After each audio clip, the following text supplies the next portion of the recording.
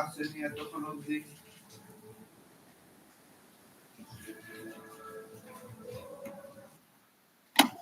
হ্যাঁ হ্যাঁ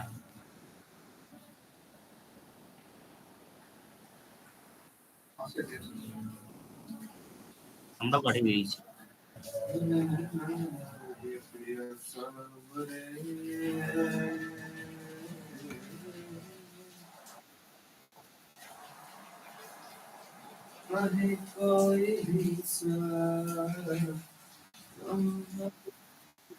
হ্যাঁ করে দে। হ্যাঁ হ্যাঁ হ্যাঁ হ্যাঁ শুনেছি একবার।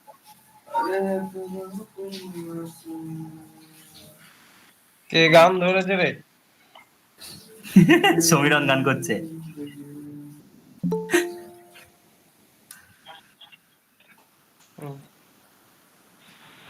Yes, yes. Welcome ma'am. Well, thank you.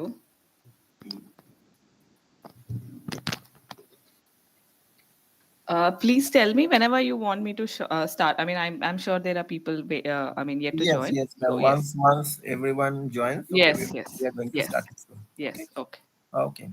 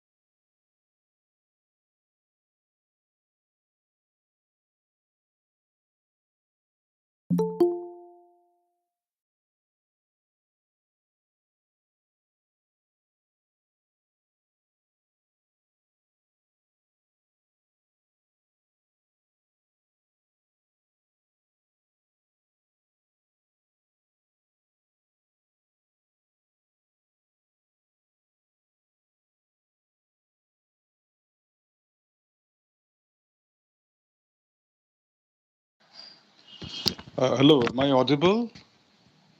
Please, any one of you confirm? Yes, sir, you're perfectly audible. Okay. Thank you very much. So, yeah. So I will return within 5 to 7 minutes. Okay. By that time, I hope a good number of participants will be present. Thank you.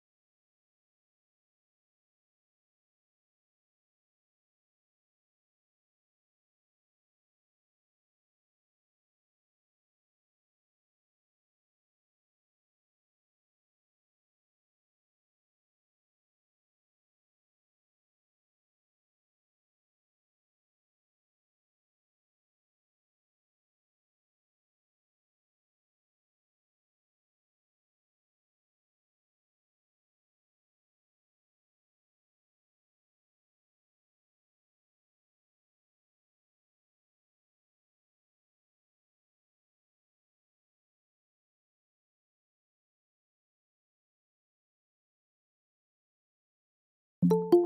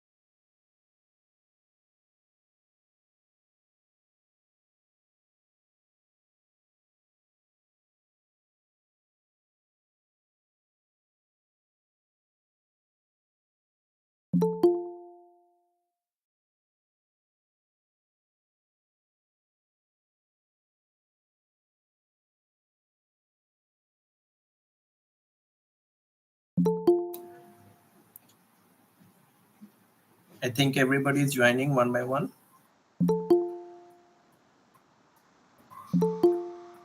As I can see.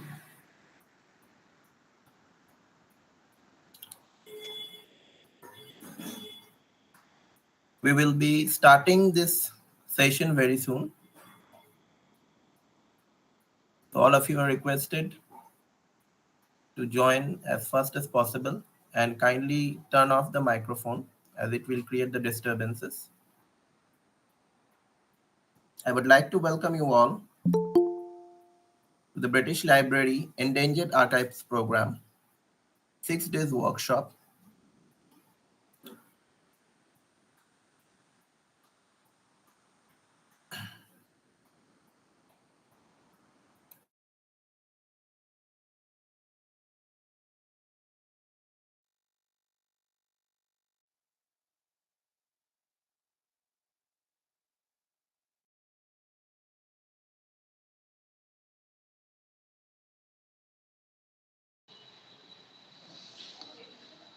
Hello.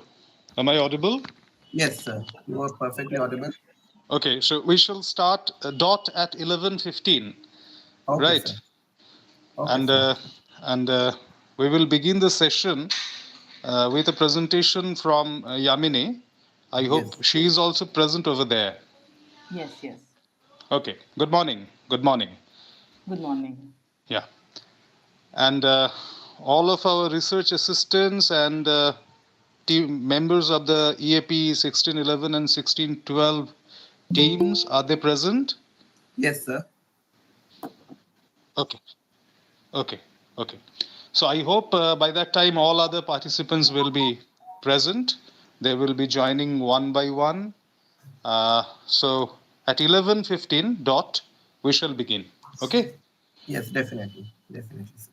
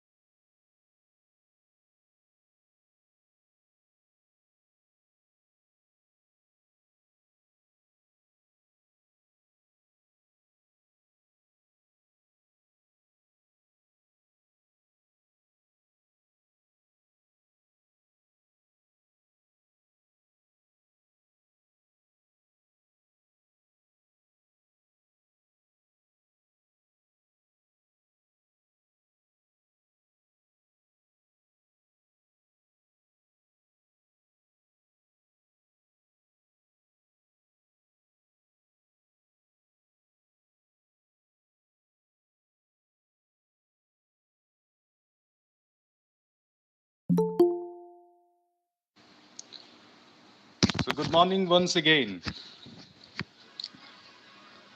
And though I greet you with a good morning, the weather in Asansol is not at all good. So it has been profusely raining since the last 24 hours and a lot of problems with electricity and internet connectivity. In spite of these hardships, we are trying our level best to run this last session, the final session of this 6-day short-term course as smoothly as possible. Today we have amidst us Dr. C. Yamini Krishna, who is curator and researcher, ZOR project, and she's also assistant professor, literary and cultural studies in Flame University. So on my personal behalf and on behalf of Qazi Nazrul University and this British Library Endangered Archive Program Pilot Project 1611 and 1612 team, I would like to welcome Yamini. Let me read out from the CV of Yamini. Yamini works on film history, urban history, and Deccan history. She has a PhD in film studies from the English and Foreign Language University, IFLU, Hyderabad. She has been the recipient of Asia Art Archive, Shergill Sundaram Foundation Archival Grant in the year 2022, Satyajit Ray Film and Television Institute Independent Research Grant in the same year, 2022, Philip M. Taylor Award for Best Article by a New Researcher, 2021, and Charles Wallace India Trust Fellowship in the year 2017. Yamini has co-curated the exhibition Chitra Mahal, Princely Encounters with Photography and Film. And she has made a film. We shall be fortunate to see the film today online. Thank you very much, Yamini, for sharing this film with us, giving us the opportunity to enjoy the film. And that film is called Ilm Ka Shahar, the City of Knowledge. And it examines the changing idea of knowledge through the life of a very important poet, Sayyid Muhyiddin Qadri Zor. Yamini has also curated the Zor archive. She has actually worked a lot on Zor. Interestingly enough, we are working on Qazi Nazrul Islam, another very significant modern poet in India, and in Bengali, Zor has been a poet in Urdu. So Yamini's work has been published in Urban History, South Asian Popular Culture, Historical Journal of Film, Radio and Television, and South Asia. She has also written for the digital publications The Wire, The News Minute, Caravan, Scroll, Cafe de Census, and she is the founding member of the Khidki Collective.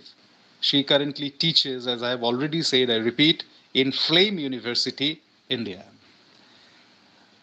We have invited Principal of Deshbandhu Chittaranjan College, Dr. Trideep Shantap Kundu, to chair this session of Yamini's presentation. But I have just received a message from Dr. Kundu. He is in fact driving, and I have already said that the weather is very bad, so he has some issues with connectivity as well. So I believe that he will catch up, and in due course he will catch up. So we will hope that he will be with us, okay, within half an hour or so. So with this expectation and without much ado, I would like to request Yamini to begin with her presentation. Thank you very much for accepting our invitation and giving consent of presenting your works, research works, especially in the field of digitization. So thank you very much. Am I audible? Yes, you're perfectly audible. Okay. Thank you, Professor Banerjee, for your kind introduction. As Professor Banerjee mentioned, today we will be talking about the Zor project. I will take you through the process of the Zor project with the hope that it might be useful for you to think about this project which you are all embarking on. About something which is similar. Of course, there are lots of differences of region, etc. But I'm hoping that it might give you some ideas to work with. With that, that's broadly the aim of today's discussion. Um, so I will first present the whole process through which the Zor project happened. I will also illustrate what is it that Zor project entails. I'll show you the website. I'll show you I'll also discuss the thinking behind creating it in this fashion as opposed to some other. After that, or even during my presentation itself, you're free to ask questions. Please do ask if you want me to elaborate on something. If you have anything that is not clear, anything that you want me to speak more on, please feel free to ask questions. I have a brief presentation. I'll just share that. One second.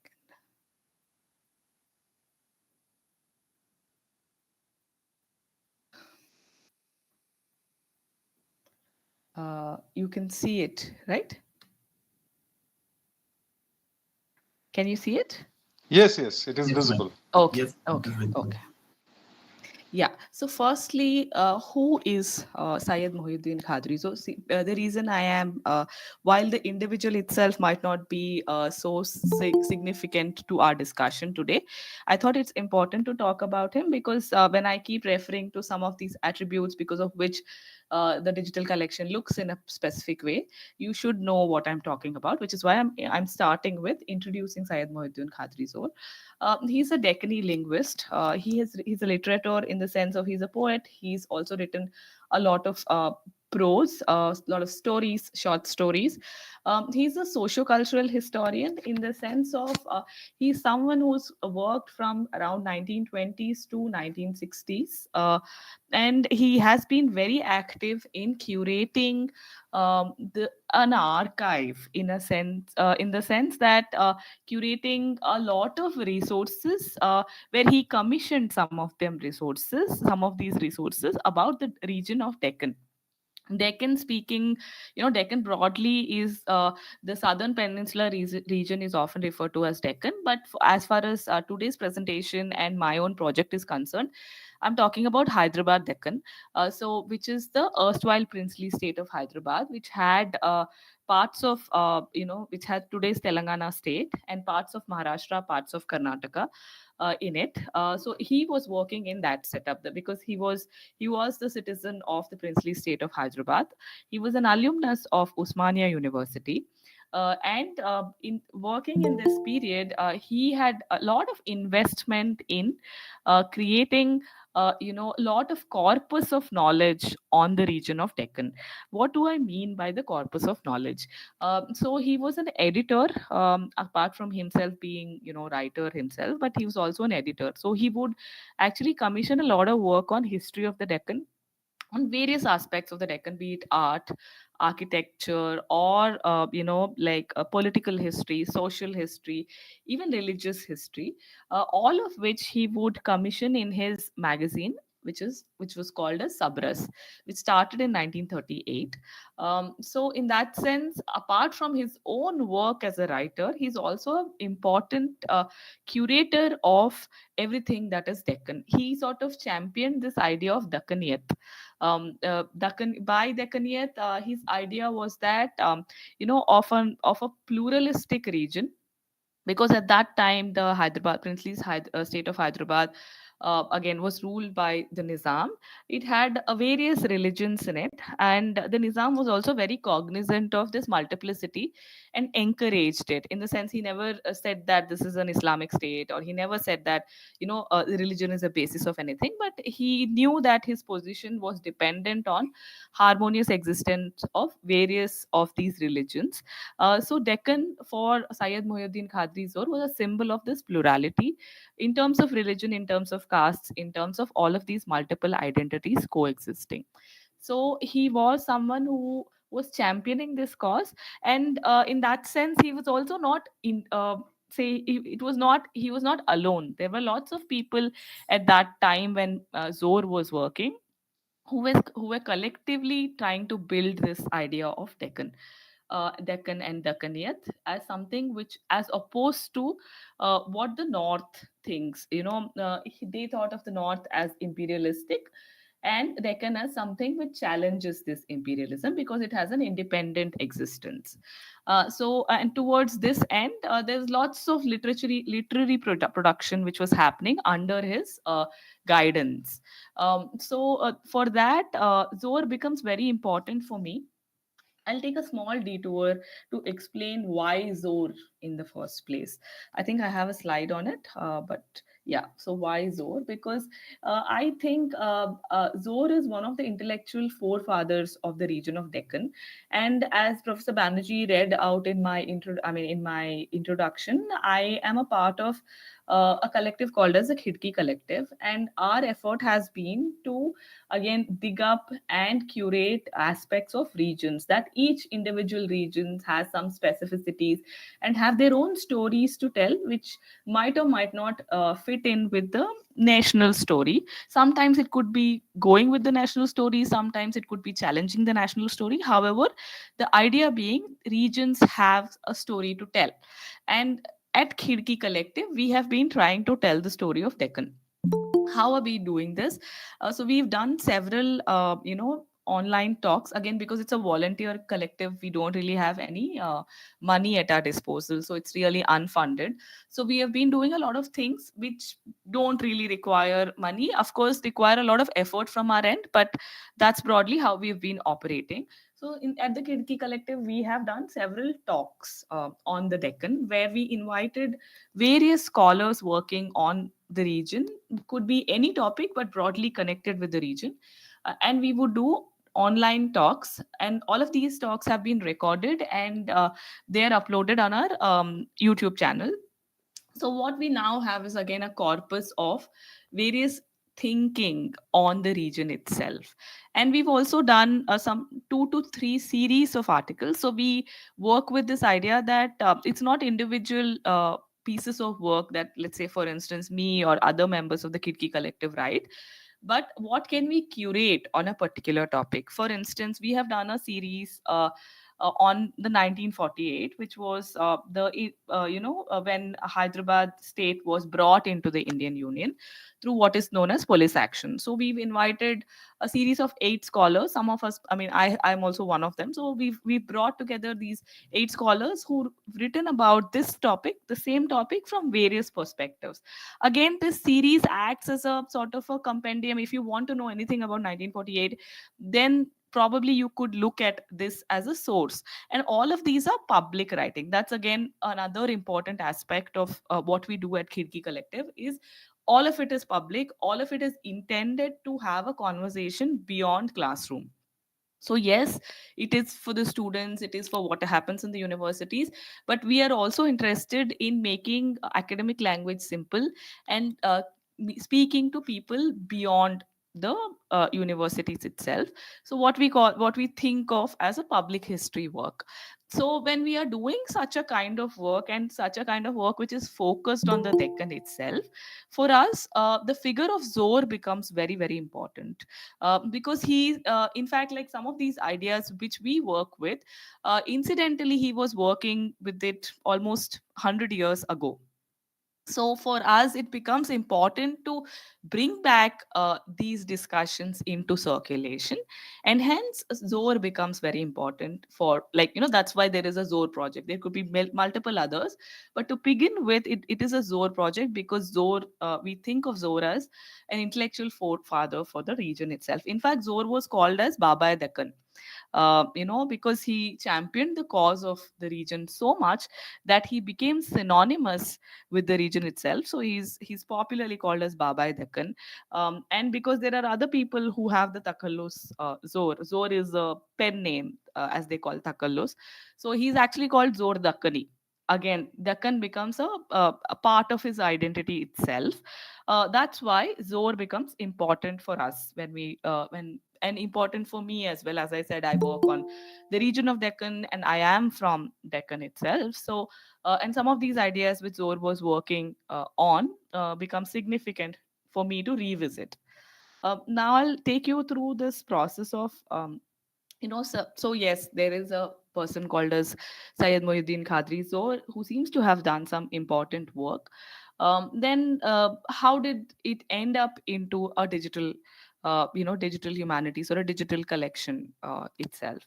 So that is a story of the Zor project, which actually originated with me being a researcher. I was someone who was accessing some of the works of Zor and other people at the Idara-e Adabiyat-e Urdu, which is the institution which Zor developed. It is in Hyderabad, and I was accessing the archives there. And it is through my relationship with Zor's son, who himself is now around 75, Rafiuddin Khadri. It is because of my relationship with him, in the sense he was a guide who would guide me through all the material that exists. He's also very interested in guiding any researcher who would go to their archive to access things. So by my conversations with him, I wanted to give back to the archive, in the sense, how is it that I can help this archive, this physical archive? um, uh, uh, what can I do to help? So they had, while they had a lot of material, they had catalogs which are very very old, and obviously they are, again, it's not in a great, they don't really have a huge amount of funds anymore. So a lot of this material is also decaying. So that's where this idea of a digital project or a digitization project started. And I'll talk about this a little later. So let me take you through the a brief sketch of Khadri Mohyuddin Zor's work itself. This is also something, a process through which I have developed the archive itself. So one is, there are two things which I'm interested in. It's not just the individual. Yes, individual is important, but individual is responding to the social changes, and individual is also part of the social changes. So if you look at this, I don't know if it's clear enough. Let me see.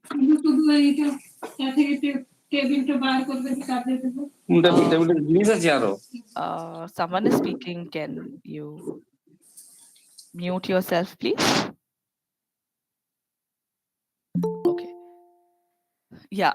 So if you look at, this is a timeline which I had prepared, which looks at important milestones in the life of Zor, but also important milestones socially in the Deccan during his lifetime. So if I'm talking about, Zor going to Usmania University, I'm also talking about what was happening in, like, the social and cultural history of Hyderabad. So the effort is to keep the conversation between the individual and the society ongoing, even when you're looking at a person's work or an individual's work. So it is both the individual and the society, both in conversation with each other. So that's what this timeline symbolizes. On one side, I'm talking about the events which are significant for the history of Deccan. For instance, establishment of Usmania University in 1911.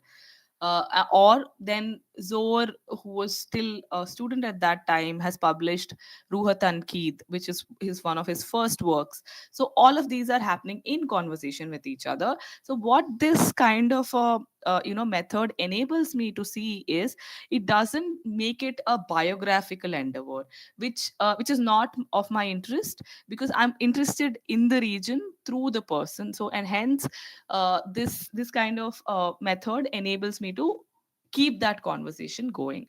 So this is something which you will see on the collection website as well. I will show it to you slightly later. So now, coming back to, I've spoken about Zor. I'll take you to the process of the archiving itself, the project itself. So there are, you can broadly look at my project in three phases. First is the digitization, archiving, and dissemination. Before digitization, coming to the idea of digitization itself, which I already spoke about, that essentially originates from my relationship with the physical space of Idara, which was where Zor spent a lot of his life. And the physical space still exists. It invites a lot of scholars from all over the world do access it. Of course, it is not in a great condition like many archives of India. So the physical space is very important for this project, as you will see through this archiving process and in the film as well, which we will watch after this. As to it's not a it's this archive is not trying to replace the physical space. It is only trying to aid the physical space. That's something which I'm very clear about. I'll come back to that point. So coming to the question of digitization itself. So once I have thought that digitization is a way through which I can help Idara itself, the archive of Idara. So then the question was, what do you digitize? Because Idara is a huge archive. It has about 40,000 books. It has lots of magazines, and so what do you digitize? Then the point of selection arises in terms of because there's a huge amount of things to be digitized, and mostly several of them are important. It's not like some are important, some are not important. But that's where the resources come into play. Because at that time, I was applying for the Asia Art Archive grant, which is a small grant, which is not a huge grant. And also I was just embarking on this process of digitization and digital archiving, a complete newbie. So I wanted to take up something small. So something which is finite and very clearly defined, because for the process of defining a digital project or a grant itself, it needs to have a clear definition. So that's why I picked Sabras, the magazine which Zor edited from 1938 to 1962. uh, the magazine exists even post 62, but I have chose this period between 38 to 62 when Zor was alive. Zor passed away in 1962. So it is that period which I decided that I will work with. This decision was arrived in conversation with Rafiuddin Khadri, who is Zor's son, and he was like, this is the period when Sabras was the most active. While it's still ongoing, um, you know, uh, the that period was the most fruitful for the magazine as well. So that's why that particular period was selected. So what to digitize? The answer was, I chose Sabras, the magazine. 30 years, roughly 30 years of the magazine started in 1938, and I chose to stop it until 1962 when Zor passed away. For what purpose? So as I clearly said, this in this project, I'm only trying to supplement or help the physical archive. So that is the purpose I defined for my digital project. So it's not like I'm trying to replace the physical archive with a digital archive. No, the physical archive is still much richer than the digital archive, and I think it will continue to be so. And I also, as a political stance, feel that it needs to be so as well, because as you will see in my film, I talk about the need for spaces of knowledge, and a physical space, I think, is way more important. Of course, digital space, in my opinion, supplements it, but a physical space needs to be there, because where do you discuss? For instance, a digital archive I access from my house and I work with the material, but a at a physical archive allows for chance discoveries. Let's say you're searching for a particular 1939 Sabras, but you chanced on something else which was happening in 1939 or 1950, which might be relevant to what you are looking for. So that kind of chance discoveries a physical archive enables, which probably a digital archive might not. And secondly, also, I think that this material is not separate from the people who are involved. For instance, nothing about Zor project would have existed if not for my conversation with Rafiuddin Khadri Saab. So in that sense, the physical archive and the people who have made this archive are also very important. I mean, in my case, the Rafiuddin Khadri Saab exists so that, I mean, and hence I can access. In some cases, that might not be the case, but still, the physical space needs to be, I think, somehow taken into account, so that it's the digital is not completely disconnected from the social history as well. So that's the purpose here. All this discussion to answer this question of for what purpose. The third important aspect to think about is the legal status of this material. So, who is the owner of this material? I mean, you want to digitize, sure, but do you have the rights to digitize it? So, in this case, Idara, as I said, is a functioning archive. It has a trust which manages it, and there are lots of people involved in that trust. So they have their own processes, they have their own. So, if, for instance, if I had to work with a lot of books which the Idara has, then I need to go through the process of acquiring permission to do that through this committee which exists. But in my case, I was working with Rafiuddin Khadri Saab, and the material I have digitized was also an individual collection. So the sabras which I have digitized are all his personal collection.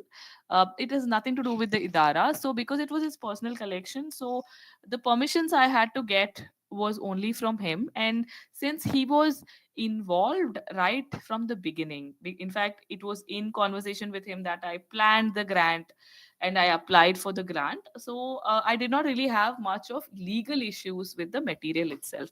But these are some things you need to consider as to, firstly, who has the rights over it, are they comfortable in sharing the rights or you digitizing it, do they want to have a say on where this material goes, how do you navigate? So a lot of times what happens is when we are digitizing the material, it often feels like you're taking away the material from its original owner or custodian or whoever it is.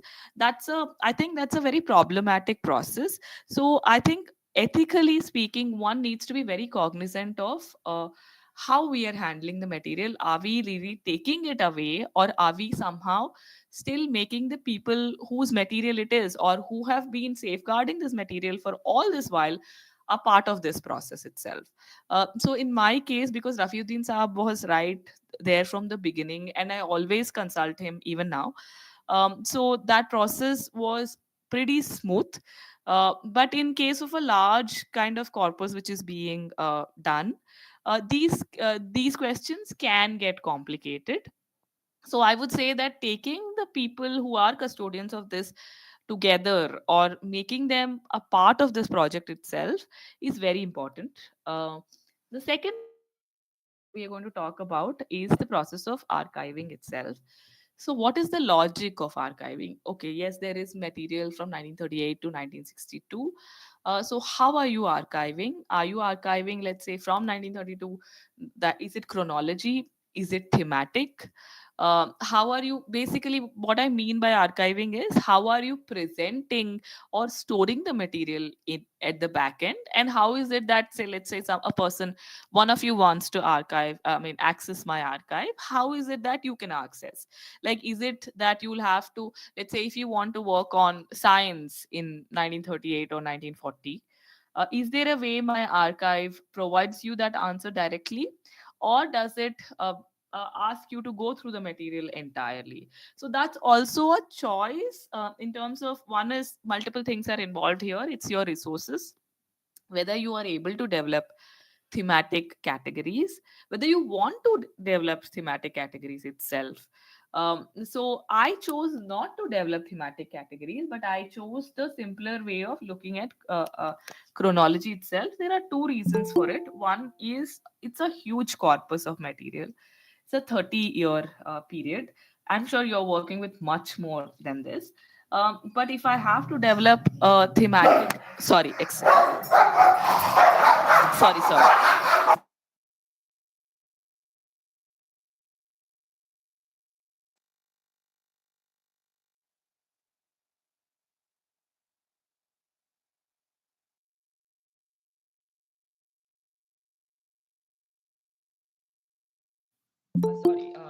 I had to just mute myself because there was noise here. I hope you're able to hear me. So when you're talking about how do you present the archive itself, I chose, chronology, two things, because to go through the 30-year period of material and to create thematic categories would take a lot of time. And I wanted to put the material out there because this process itself might take a really, really long time. The second aspect of it is also that as a researcher, as I was saying, that if I go by chronology in terms of looking at the indexes of each of these years, it is easier to discover, have a lot of chance discoveries. For instance, I'm interested on in science, but there is something connected with science, let's say science and religion, which was also there, which a simple like sorting might not. Let's say if I only if my thematic categories are not properly done, such kind of discoveries are difficult to happen. I also consulted a few other people who work with this material, and they also suggested that working with the existing indexes, because each of these magazines, a monthly magazine, all of them have monthly indexes. To work with the monthly index itself would be a better way to do it, which is why I went with the chronology, and I went with working with the magazines as is. I will also show you how that looks slightly later. Um, in terms of decisions are based on who can access this material. For instance, this was a public magazine, and hence in the sense it is public material, so there is no question of conflict of interest. But I am in the process of digitizing personal letters of Zor Sahab as well. There are thousands of letters which he has, and Rafiuddin Khadri Saab, his son, has been sorting them out, putting them into specific categories based on people, based on year, etc. And I'm in the process of digitizing it.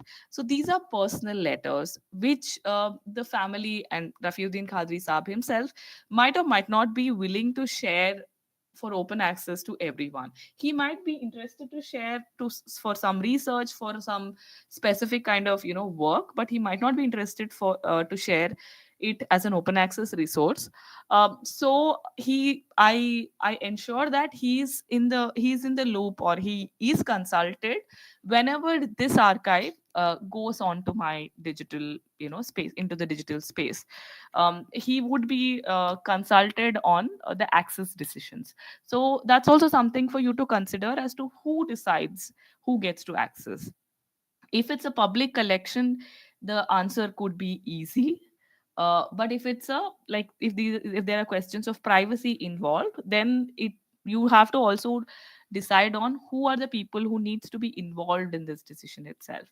The other aspect, even for public collection, is, are you saying that it can be accessed any from any part of the world?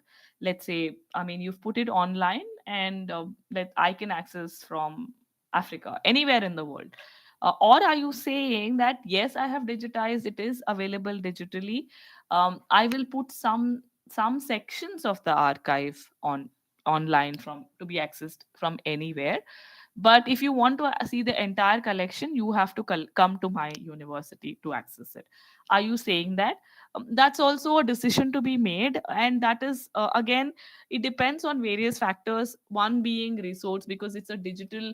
If you're putting it online, do you have the server space, and will the archive digitally itself be so overloaded that even whatever gets accessed is too slow? So it's a matter of bandwidth, it's a matter of how heavy are these, what formats you are using. All of this comes into play. And also it's a question of, are you, like, let's say if you put everything out online, then what is the role of the university? Is the university only as a custodian, or do you want people to access this via the university? There are people who do both of these. I'll actually show you something where everything has been put online. I'll just stop sharing just for a minute, and I'll show you some other, or an example of what happens when everything is put online. Just a second.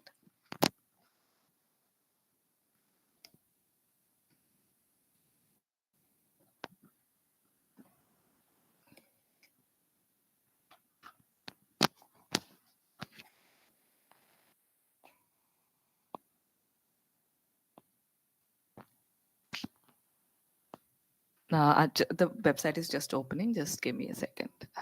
I'm talking about media history digital archive. I'm sure some of you might at least might be aware of it.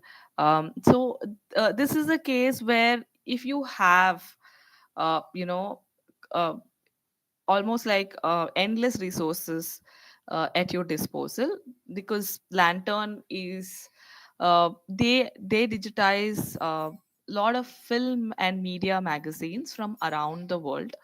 And this is they have a lot of dissertations, books, magazines, a lot of things. It's hosted by the and maintained by Wisconsin Center for Film and Theater Research in the University of Wisconsin Madison. So they have a lot of resources at their disposal. So all of it is openly accessible. All of it is accessible for free. For instance, if you want to film.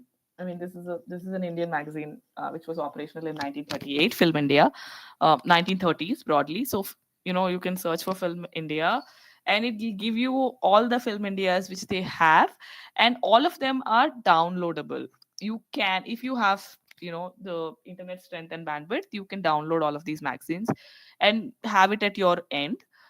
So they are doing this where they are letting people download it, have their own copies, and not restricting usage in any which way. For instance, this is Film India 1938, and when you go into it, it'll give you an option of download. So this is a very very useful, as someone who works with media history, film history. I find this resource extremely useful, and it's also keyword search enabled. They have done OCR, so it's keyword search enabled. So you can download this individual page, you can download, or you can view it online, or you can download the entire year of material. So all of this is possible uh, in this archive, and it's a completely digital archive. So they have huge, like thousands and thousands of pages, and lot of early film, early media research happens via this archive. But of course, all of this, putting everything online and giving open access and for free download everywhere, is a matter of having resources to be able to do that. If your server space is endless and you're able to manage this, I think that's great. In fact, I think this is the ideal, I would say. But for my project itself, see, I am working with limited amount of resources. And also because I wanted to as I told you, that I'm working with also the individual letters, which need a little bit more of careful handling, because there could be personal aspects which the family might or might not be interested to share, etc., etc. So I have devised a you can access them online, but you cannot download them. At least for now, I have not incorporated the download option. Whether I will not, is I'm yet to figure it out. For now, I have thought that they can read, anybody can read it online, but they cannot yet download it. So that's the question of who gets to access, how much of access, and do they get to have a copy, do they not get to have a copy. So all of these are decisions which you need to be taking when you're archiving it. And the third aspect, which I think I am most interested in, also simply because I'm a researcher primarily, and my entry into the digital archiving comes later. As I said, my interest in the archive itself started from being a researcher, someone who was accessing the archive. So dissemination is something which I'm very very interested in the sense that, fine, you are creating an archive, but who's going to use it? Because there are so many archives which are being created. For instance, in case of a media history lantern, which I just showed you, it's very relevant because lots of scholars from around the world are doing research. But if you're talking about Zor, Zor, a lot, very much fewer people know about Zor itself. Like mostly people from either, if you're interested in Urdu, you would come to Zor, or if you're interested in the region Deccan, then you would come to Zor. So these are probably one of the two of the instances where Zor would be a person of interest itself. And Media History Digital Archive has a wide variety of material from all over the world. So in that sense, it keeps attracting a lot of audience as well.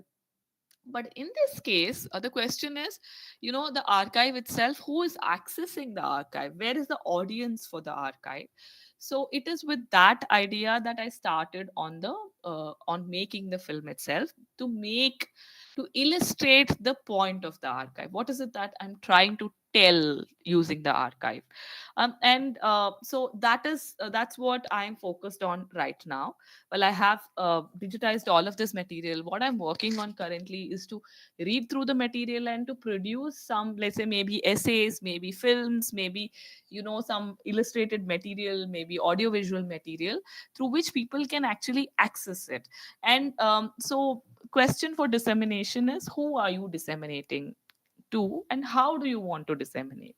Do you want to disseminate in the form of, let's say, like in case of media history digital archive, they are not so much in the business of disseminating itself, because people still work with the archive. I don't think they have the issue of who accesses the archive itself, because there is sufficient amount of interest in, because they have a huge amount of collection, probably one of the largest collections. So there is no question of who accesses the archive.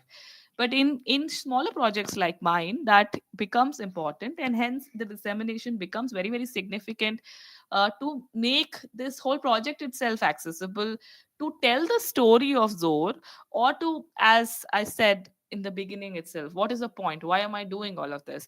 In order to bring back some of the ideas of Zor into circulation, to have his work discussed again. So for that process, dissemination becomes very, very significant. There are multiple things which I have planned, to in this stage of dissemination. I'll take you through it. um, so I've already spoken about it, digitization. It comes from my conversation with Rafiuddin Khadri Saab to conserve the material as a supplement to the physical space. And as I also said, it's individual. I've already spoken about it. I've just put it on the slide here. And archiving, I've said who gets to see, how much of it they get to see. One thing which I have not yet mentioned is the challenges in archiving itself. See, I work with, as you are aware, I work with Urdu material.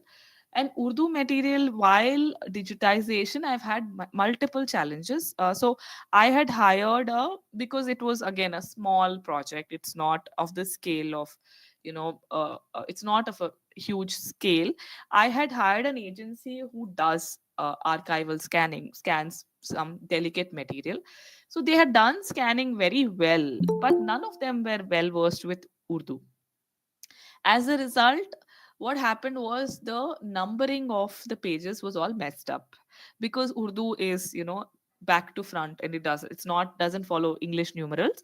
So a lot of issues in terms of, creating a final digitized product which is, properly numbered. That was a challenge. So in your material, do you anticipate any such challenges? It is always advisable, if you can find someone who works with the language in which your material is. I was not successful. I did search a lot for it, but I was not successful in finding someone who knew Urdu and who could still do the digitization process itself. So in your case, I'm assuming it is in Bengali. So whoever is working with the material, if they know the language, it is a huge plus. So in my case, I was, because a lot of people, in fact the people who made my website, they also don't know Urdu. So it becomes a challenge. So I constantly had to be involved in this all of this process, even to cross check whether each of this each of the file which has been scanned has been done in a proper fashion. Has it been named properly? All of that becomes a challenge if people who are working with the material don't know the language. The second challenge again is to do with language itself, is cataloging. So a lot of people who work with digital cataloging, they work in English. They don't really work with Urdu. So, and those people who work with Urdu, they don't work with English translation. So we're asking for three things from the person or an institution or an agency which does cataloging. One is they should know Urdu, they should know English, they should be technological technically well versed in terms of doing the cataloging itself. That is, whatever cataloging method you set, usually Dublin core is what is used. I had also used Dublin core. So they should understand those categories. So they should be well versed enough to understand those categories. The third aspect you're asking is, can they translate it? Because, for instance, I have all the material in Urdu. They have done the catalog in Urdu, but it is not usable by my digital team because they don't know Urdu. So it needs to be translated into English. So you again, finding people who can do all the three of it is a challenge. It was a huge challenge for me.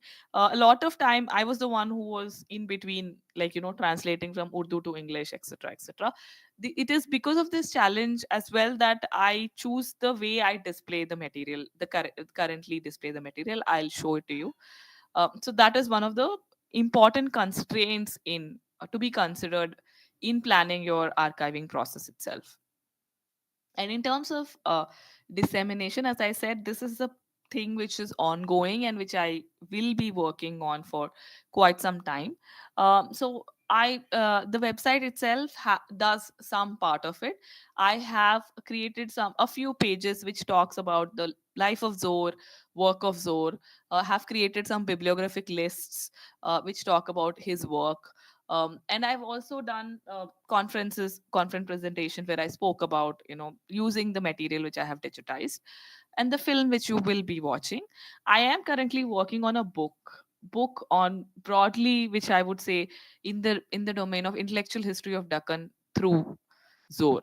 So that's also something which is in the pipeline, where I am trying to use the material, contextualize it, read more history, and place it in the larger history of the region. That's broadly as far as the dissemination is concerned. Um, so some questions for you to think through in this entire process is, whose story are you telling? So in my case, both the film and in the archive, I chose to tell the story through Dr. Zor's life or through Dr. Zor's works. So he becomes the route through which everything is organized. So things which are significant in his life become significant for my project. Things which are not so important might be very important, like historically, but I might not be talking too much about it because it doesn't have too much intersection with Zor itself. So that becomes important as to whose story are you telling, and in the process what stories are getting muffled. So for example, in case of when I'm doing this, when I'm talking about Zor, you will see this in the film as well. So Zor walked in mostly in the Urdu sphere, but as far as the Deccan is concerned, it has multiple languages in circulation. There is Telugu, there is Kannada, there is various other languages also in circulation. So Zor was working with some of them in translation, but when I'm focusing only on Urdu and whatever is happening in the Urdu sphere, it is not that all of these other things are not important, but for this purpose of the archive, I'm not choosing to tell those stories because it just becomes too much. So, however, it is important to acknowledge what are the limits of this archive. What does it not tell? What it tells, and what does it not tell? Um, and the second question is also in terms of, how can you be critical of the whole archive itself? As in, for instance, you're talking about a different historical period. It's not a democratic state which was existing. It was a monarchy, like, it was a princely state headed by a king, etc. So some of the sensibilities which we have today, the democratic sensibilities, might not be in the same form.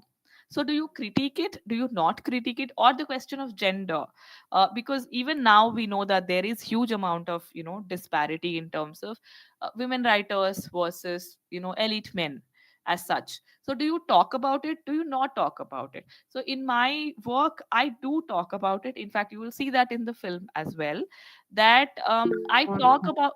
Yes, hello. Can you mute yourself, please? I can hear someone else. uh, yes, Dr. Kundu. Okay. Okay, fine. Sorry. So when you're talking about how do you make it a critical practice, that is, are you critical of the people involved or not. So I do a critical evaluation. So for instance, if there is an omission, let's say if caste doesn't get mentioned in the material, then I do talk about it as to what leads to this, this absence. So that is something, again, a choice in terms of how do you want to approach. I would say that being critical of the archive is very, very central, because then you are talking about, in the sense you're saying what the archive can tell you and what the archive cannot tell you. You're limiting the archive and not saying it does everything for everyone. That's the question about critical approach towards archiving itself.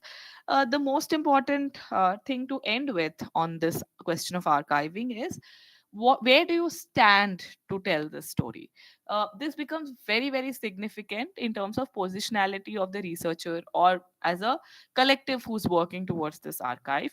For instance, if there is a Dalit archive, do I have the social standing to tell that story? If I do not have, can I make it more representative?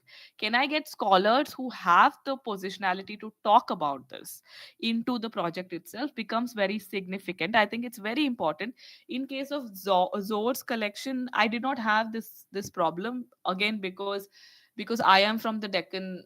I mean, and my relationship with Rafiuddin Khadri Saab, and the continuing association that I have with them. So I did not really have this challenge. But if you're working with something which is a more sensitive material, all of these also need to be considered in terms of, where do we stand? What is the positionality of this archive itself? Into the people there, are you also consciously or subconsciously muffling some voices? Is there a way to make it more representative? That's something, it's a collective decision for the archiving process itself. Now, coming to the Ilm Ka Sheher itself, which you will watch shortly, where the reason I went with the form of a film is, I thought that it is more accessible, much more widely to people than what even an archive would be, both physical or digital, or even a piece of writing would be, say, because it is in multiple languages. Let's say I'm more concerned with the Deccan, so the film itself has most of the languages of the Deccan in it, and it is also subtitled, so in that sense it translates to other people outside of the Deccan as well. So, and hence, it is a way, I thought, through which I can disseminate it much more widely. And this film tells you the story of the archive. So all the encounters which I was talking about, which makes the archive for me, are brought alive in this film, so that I tell actually the story of the archive through this film. So in that sense, apart, because I'm not going to accompany the archive wherever whoever wants to access, but this film potentially can. And in that sense, I'm illustrating the archive through the film. I tell the story of the city through the story of Idara and Zor, which is my larger project, which is also something I'm trying to do in a much more elaborate fashion in a book. That's what the broadly the film is about. I'll shortly show you the website which I've created as well. Then after that, we can watch the film. Just a second.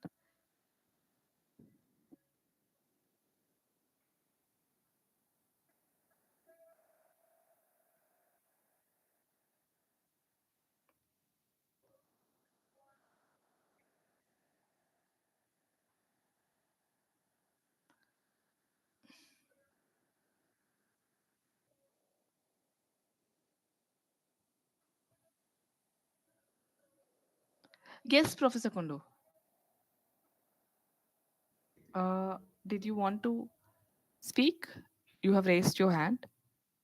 No. Okay. Uh, I'm showing you the film. I mean, sorry, the archive. Just a second.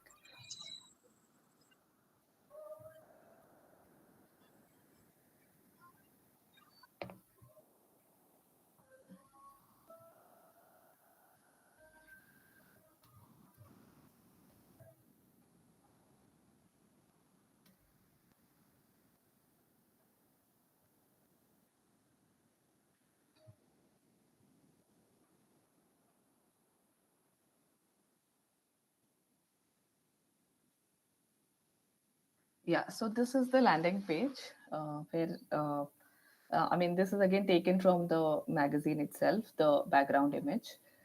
This was developed by Living Labs. They work in the Deccan. Again, the choice of your partners of for who to do the digital. This was the biggest challenge I had faced in order to get someone to design the digital interface. Two challenges. One is the resources because it was a small grant, so I had a small amount of money set aside. The second is that people whoever is working with this needs to understand the material, and hence the form of this website also needs to follow that. So Living Labs is another organization which works in the Deccan. And hence I chose them I chose to work with them, so that it's more of a, like, it's a shared responsibility. That's not that this entire archive is just my responsibility, but I'm bringing in partners who are also interested in the broad region, so that we could develop this further together. So this is the landing page where a brief introduction of who is Zorsab is given. uh, and then you have Idara and the collection, and there are various other tabs as well, so I'll take you through each one of this. Zor, where I am presenting a brief biography of Zor Saab. Why is this significant, why this archive, all that I just took you through in this presentation, all that is present in the website also, where I have given a brief biography. And this material which I have displayed here is from the digitized material, where various phases of his life are um, presented.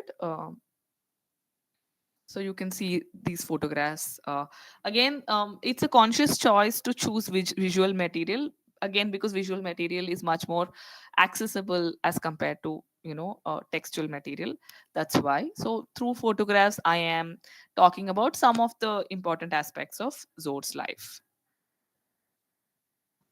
Then there is collection, where what is it that we hold, what is it that we have, what is it that we don't have.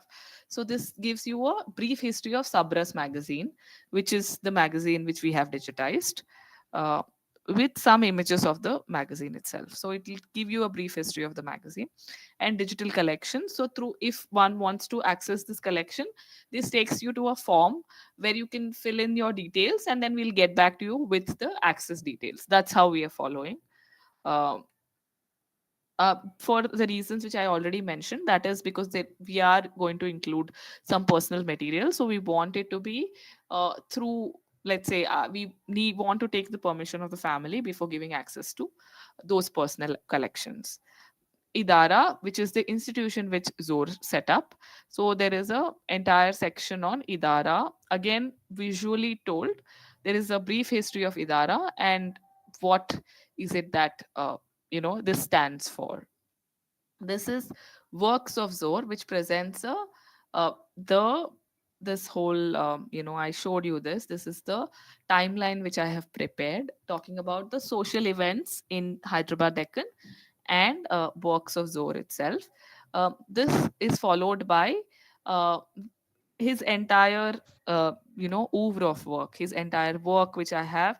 All of this I had written brief summaries of, and I have connected it with there are other places. For instance, there are some digital archives which already have some of the material of Zor, so we've cross linked it to that. So for instance, Rekta has some of this, so we have connected it to that. So for instance, while I might not have digitized it, so through this website you can access these other material which someone else has digitized. So this cross referencing is again very important, because you might not hold everything, you might not have everything, but someone else has it. Your website or your interface should lead you to that, because this becomes a singular way through which you can probably know at least a large section of stuff about what Zor has done.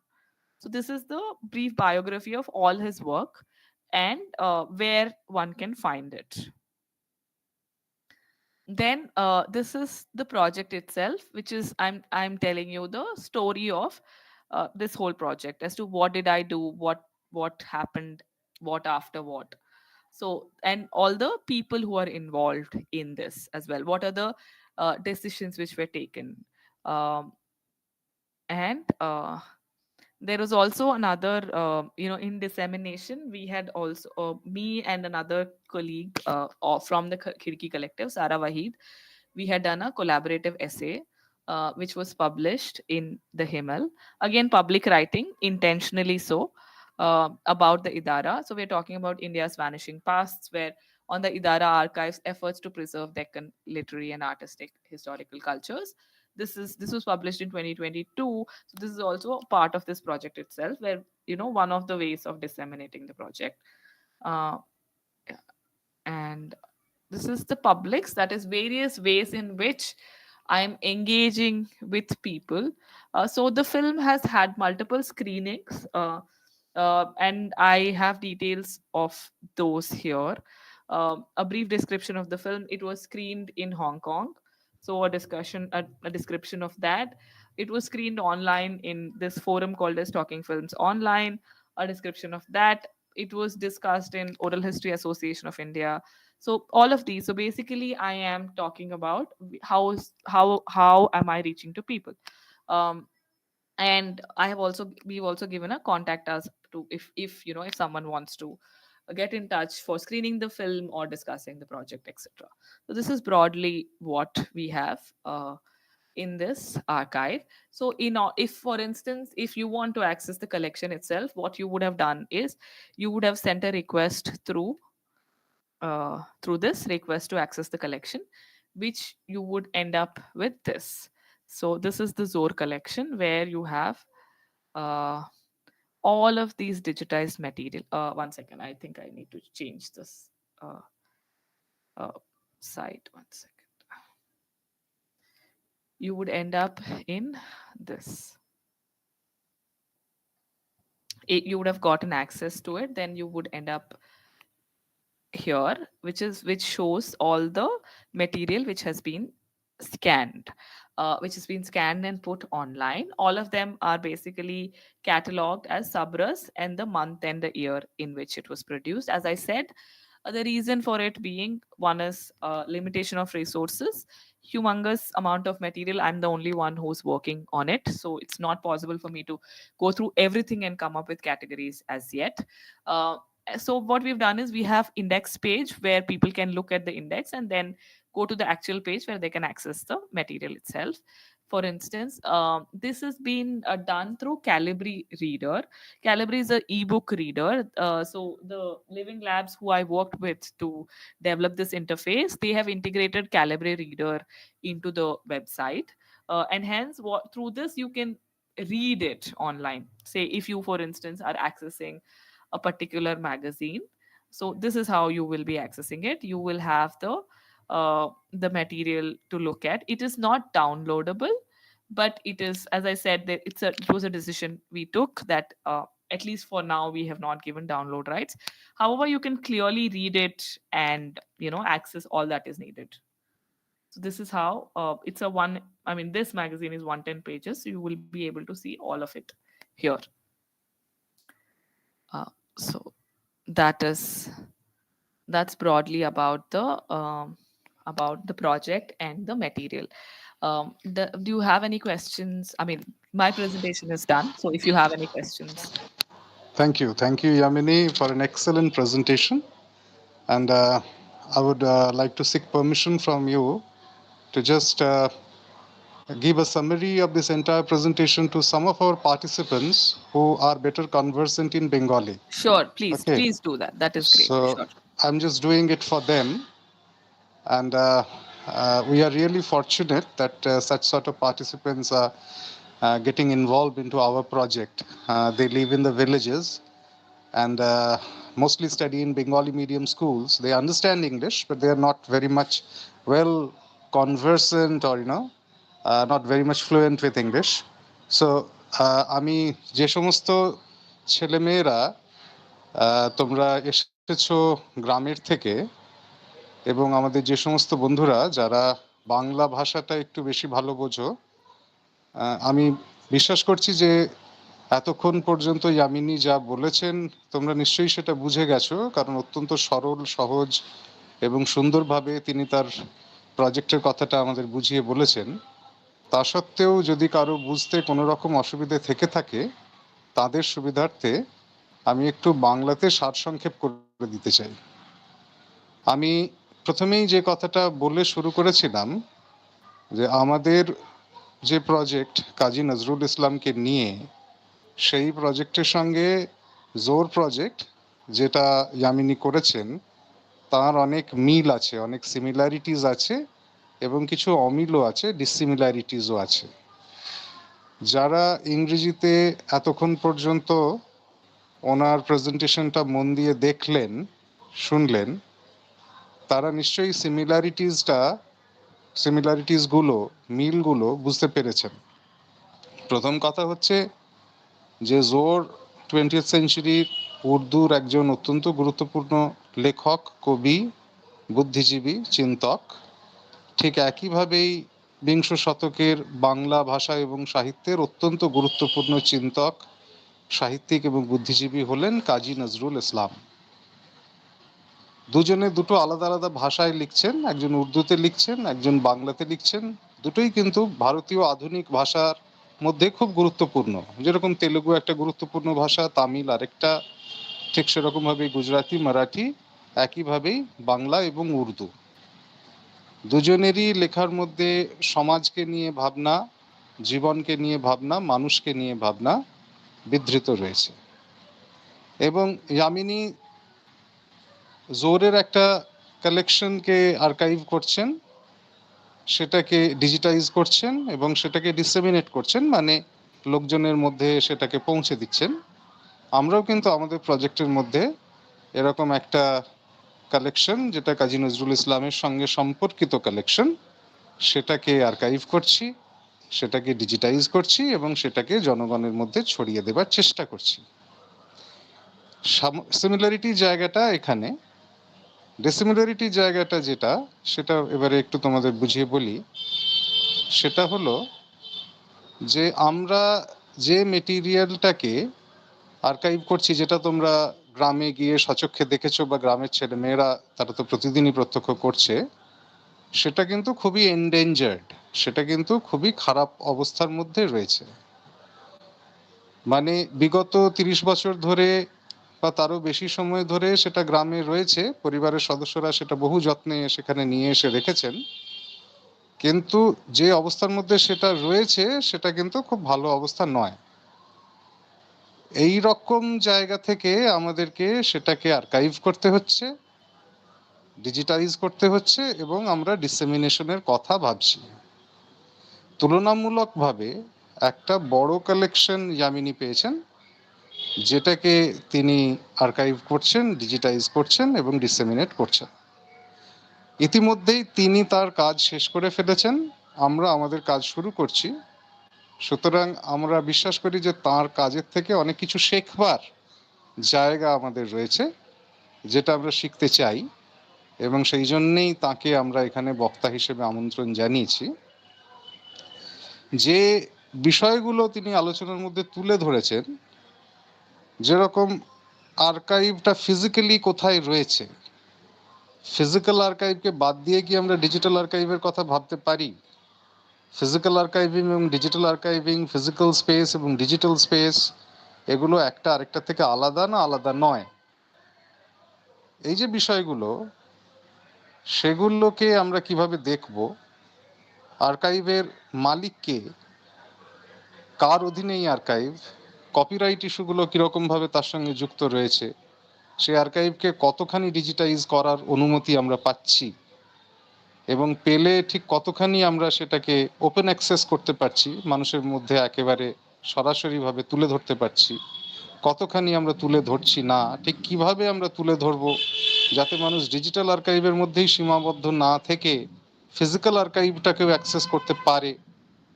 মানে নজরুলের কোনো একটা লেখা যদি আগামী দিনে digitally archiving হয়ে বিশ্ববিদ্যালয়ের ওয়েবসাইটে থাকে, সেখান থেকেই তো সে ডাউনলোড করে পড়ে নিতে পারবে, তাহলে চুরুলিয়া গ্রামে আসার তার কি দরকার হবে? সেক্ষেত্রে আমরা কি ধরনের স্ট্র্যাটেজি নেব? এই সমস্ত বিষয়গুলো যামিনীর বক্তব্যের থেকে শিক্ষণীয় বলে আমার মনে হচ্ছে। আমি এইটুকুই তোমাদের সামনে সারসংক্ষেপ করলাম। কারণ বেশি বললে হয়তো আমাদের এবারে ফিল্মটাতে আরো অনেক কিছু ওনার বক্তব্য আছে যেগুলো আমাদের চোখের সামনে ফুটে উঠবে। তো আমি একটু চাইবো তোমাদের কাছ থেকে প্রশ্ন নিয়ে নিতে। I would like to request all participants, all those who have been very keenly following this lecture, to ask questions. And I believe that only by asking questions and getting specific reply, this session will be lively. So already I believe in the chat box, some of the participants has posted. So I would like to request Yamini to take up these Yes. questions one by one. Yeah. Yes, sure. Thank you so much. Thank you so much for the translation. I think this is the best way to access, I mean, in terms of expand access. So in terms of, I'm taking questions one by one from the chat box, and then whoever has raised their hands, we can speak. I'll just finish whatever is there in the chat box. So how can, Arundhati Ray is asking, how can one working person get training in archiving in India? Kindly share your opinion. Is there an ongoing project where one may get involved? Okay, what are the technical software skills required to be an archivist? So one is there are many projects which are happening in various places. Like for instance, you are, as far as training is concerned, you are like this course is one such. But archiving, digital archiving as such is very nascent. I mean, it's still starting in India. There are some let's say if, for instance, if you want to do a full-fledged degree or a like there are some diploma programs or master's programs which are starting. For instance, I think IIT Indore has started a master's in digital humanities or something like that. So if you have the time and resources to pursue something like that, those things are starting right now. IIT Indore is one example where they are, and several other universities are still starting their digital humanities programs. So that's one. However, for a lot of us, at least like I work, so I'm a full time professor. For someone like me, it is really not possible to go for another degree program as such. So I have literally done learned whatever is on the go. And in fact, it is like this. I mean, as you do, you get involved in a project and you start learning, and that's how most of the learning in digital humanities is currently happening in India also. For instance, NCBS, which is in Bangalore, they have a huge archive, which was again built over the last decade, all from the scratch. Several of these people who are involved in it are also not really like they were not archivists. They were not really in this field at all because this field is only very new. So they again started through learning. I mean, through by doing, they learned. So that's one. And if you're saying, are there any projects to be involved? Definitely there are lots of projects to be involved. For instance, India Foundation for the Arts gives archival fellowships, where basically like my archive, there are several small archives in different parts of India which India Foundation for the Arts works with. They from time to time announce these archival fellowships. What do they announce?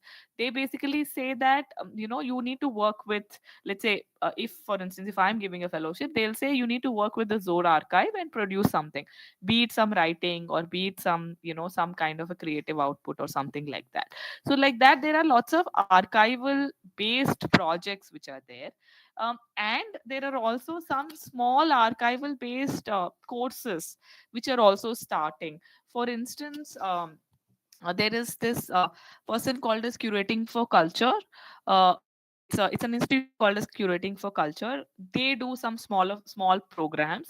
These are very small individual kind of programs. So such sort of short courses are existing. But how essentially, I would say, if you have the resources, you can do a full fledged program. Some universities are offering. Example, IIT Indore. Otherwise, get involved in one of these programs and you learn as you go about it. Some resources for you to check. NCBS has an archive which announces these fellowships to work with the archive itself. India Foundation for the Arts announces some of these archival projects. The Asia Art Archive grant, which was basically through which I got involved, they also give grants. So you apply for a grant, sir. For instance, if you have a project that you want to work on, you make the proposal. They'll give you money to figure things out. So like not huge amount of money, but enough to figure things out. So that's one way to go about it. And what are the technical and software skills? So I would say again, there are a lot of things which are involved. I myself am not so well versed with this. So I'm not really, I mean, in the sense that there are lots of, it's a developing field. So every day something new is being discussed, I mean, is being created. So as you, let's say if there is a particular project you're working on, you will have to figure out things for that individual project. So basic computer knowledge, to figure things out. I mean, like, what do you say, excel is needed. Let's say for cataloging you would need excel. For if you are to work with wordpress or something for creating a basic website, that's also enough. But there are much more complicated things are also which are involved, which I am also not. Yes, IIT Jodhpur. Sorry. Yes, I'm sorry. Yeah, I'm also not really familiar with, because yeah, I'm also not.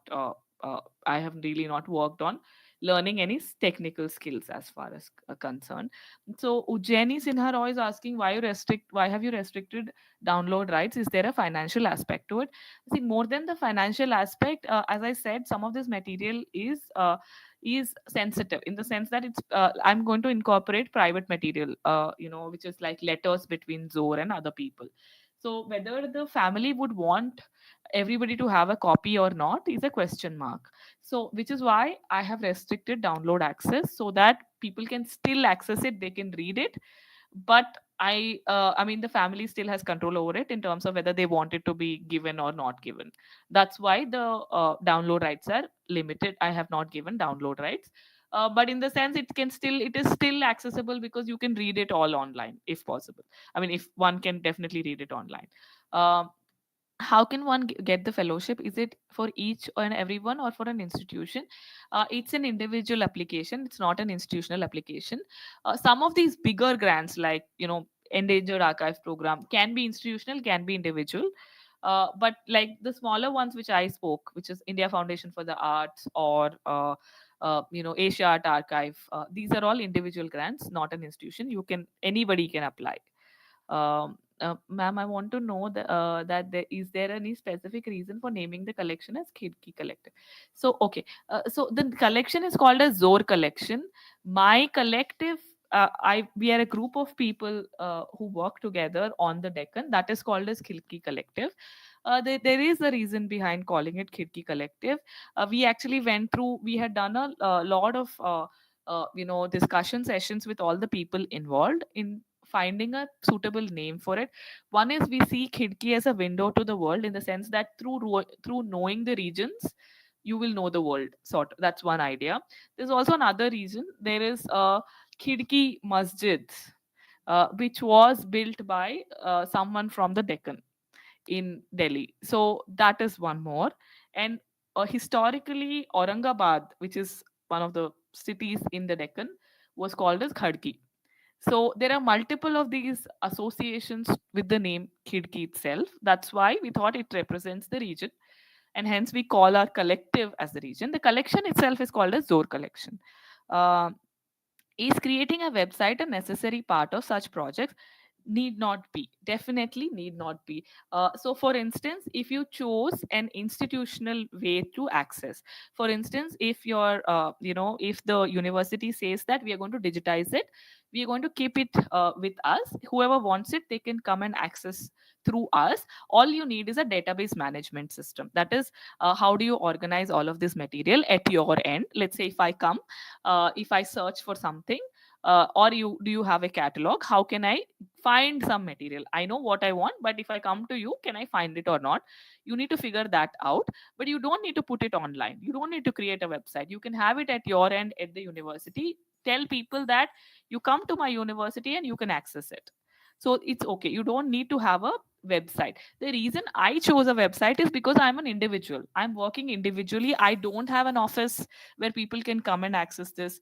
I could have used the Idara itself for doing it, but because let's say I'm currently teaching in Pune, I'm not living in Hyderabad. So if there is any problem, let's say there is a hardware failure or someone doesn't know how to access, Idara itself does not have people who can manage this technically. That's why I chose the website as a form, but it is not a definite part. I mean, it's a choice whether you if you have ways through which you can institutionally manage it. There are lots of people who do it institutionally. In fact, the British Library itself, while the endangered archive program several of those are online, a lot of British Library collections, only a very small part of it is online all over the world. Otherwise, you have to go to British Library. You can access it for free, but you have to go to British Library London, and through that only you can access it, because again it's a matter of like they have so much material that they cannot put it online per se. And also there are various legal issues involved, the restrictions, etc., etc. So website is definitely only a choice whether you want to do it or not. It's not compulsory. uh, okay. I'm curious to know at what condition you received the Subras magazine. If you'd explain a little bit about your digitization. Okay. The Subras, firstly, before starting on this project itself, I was working with Subras magazine because I was, as a researcher, I was working on something and I was reading through those magazines. It is not in a great condition in the sense that it is very fragile. A lot of it is, needs to be handled very, very carefully. Which is also why I couldn't, let's say for instance, it's possible that if I buy a scanner, a small scanner wouldn't cost too much, and I hired someone to digitize the material. That would be much more cheaper than the method I used. But for that I would have to physically be present, be monitoring if the material is being handled properly, because it's in a very, very delicate condition. All of this, I it was not possible for me to manage alone. So instead I chose an institution which is called as Trinina Informatics. They work around the world. Again, I got a suggestion from one of the colleagues who was working on some other collection that they do a good job. So through I gave this whole contract to scan this material to them, and I was of course monitoring if they're handling it well or not, and they did a very good job. The only issue was with language, which I already described during my presentation, that they didn't know Urdu, so the naming and things were a problem. But otherwise scanning and the material was handled very, very delicately. So that's again a decision. If you have the resources to manage people, to have a space. I also didn't have a space. Let's say if there is an office where I can create, a scanning setup and have people train them so that they can do it themselves, you can do it at your own like place. You don't need to hire anyone. But in my case, because I was working individually, all of this was very, very difficult for to manage alone. That's why I chose an organization to do this.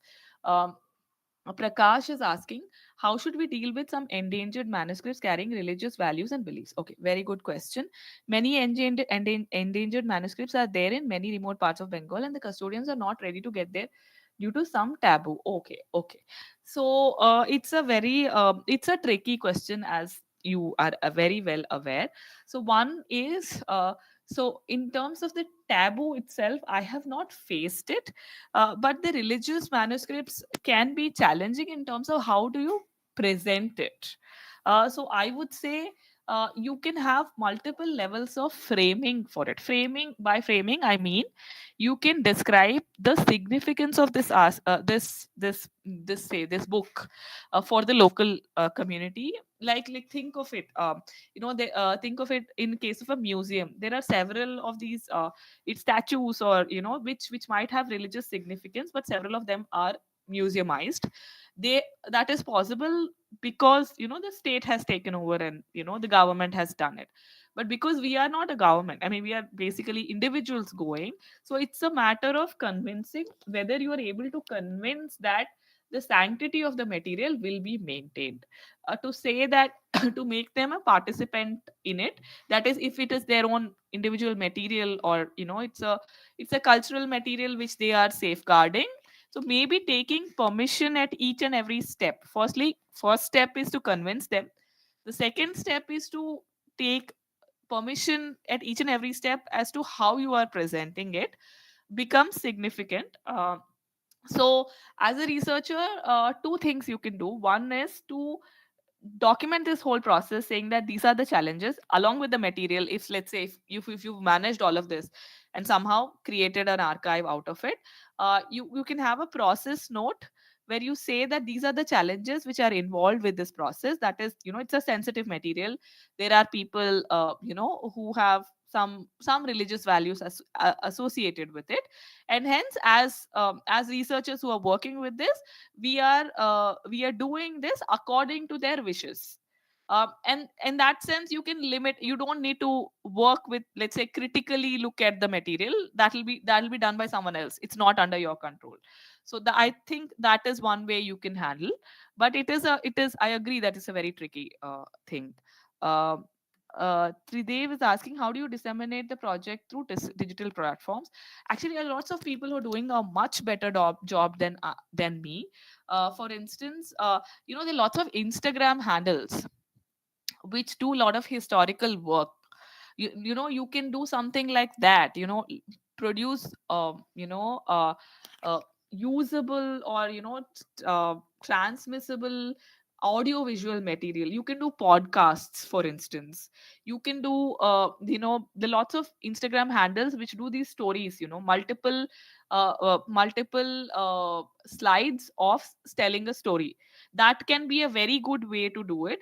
The reason I chose a film versus something like an Instagram is Instagram is needs a continuous engagement. That is, for instance, I need to be posting stories at a very regular pace, like let's say at least once a week or something like that, which again I don't have resources to do. Like I cannot because as I said, I have a day job, I teach. So I cannot continuously keep doing that. That's why I chose a film, because I can decide when I can film, I can make it, and then use it. I don't have to be at it. Yeah. Yes, content through social media. Yes, you can do something through social media like Instagram, Facebook, etc., where you have a project website. Let's say in your case, you can keep posting various sections of the archive which you are digitizing and engage people like that.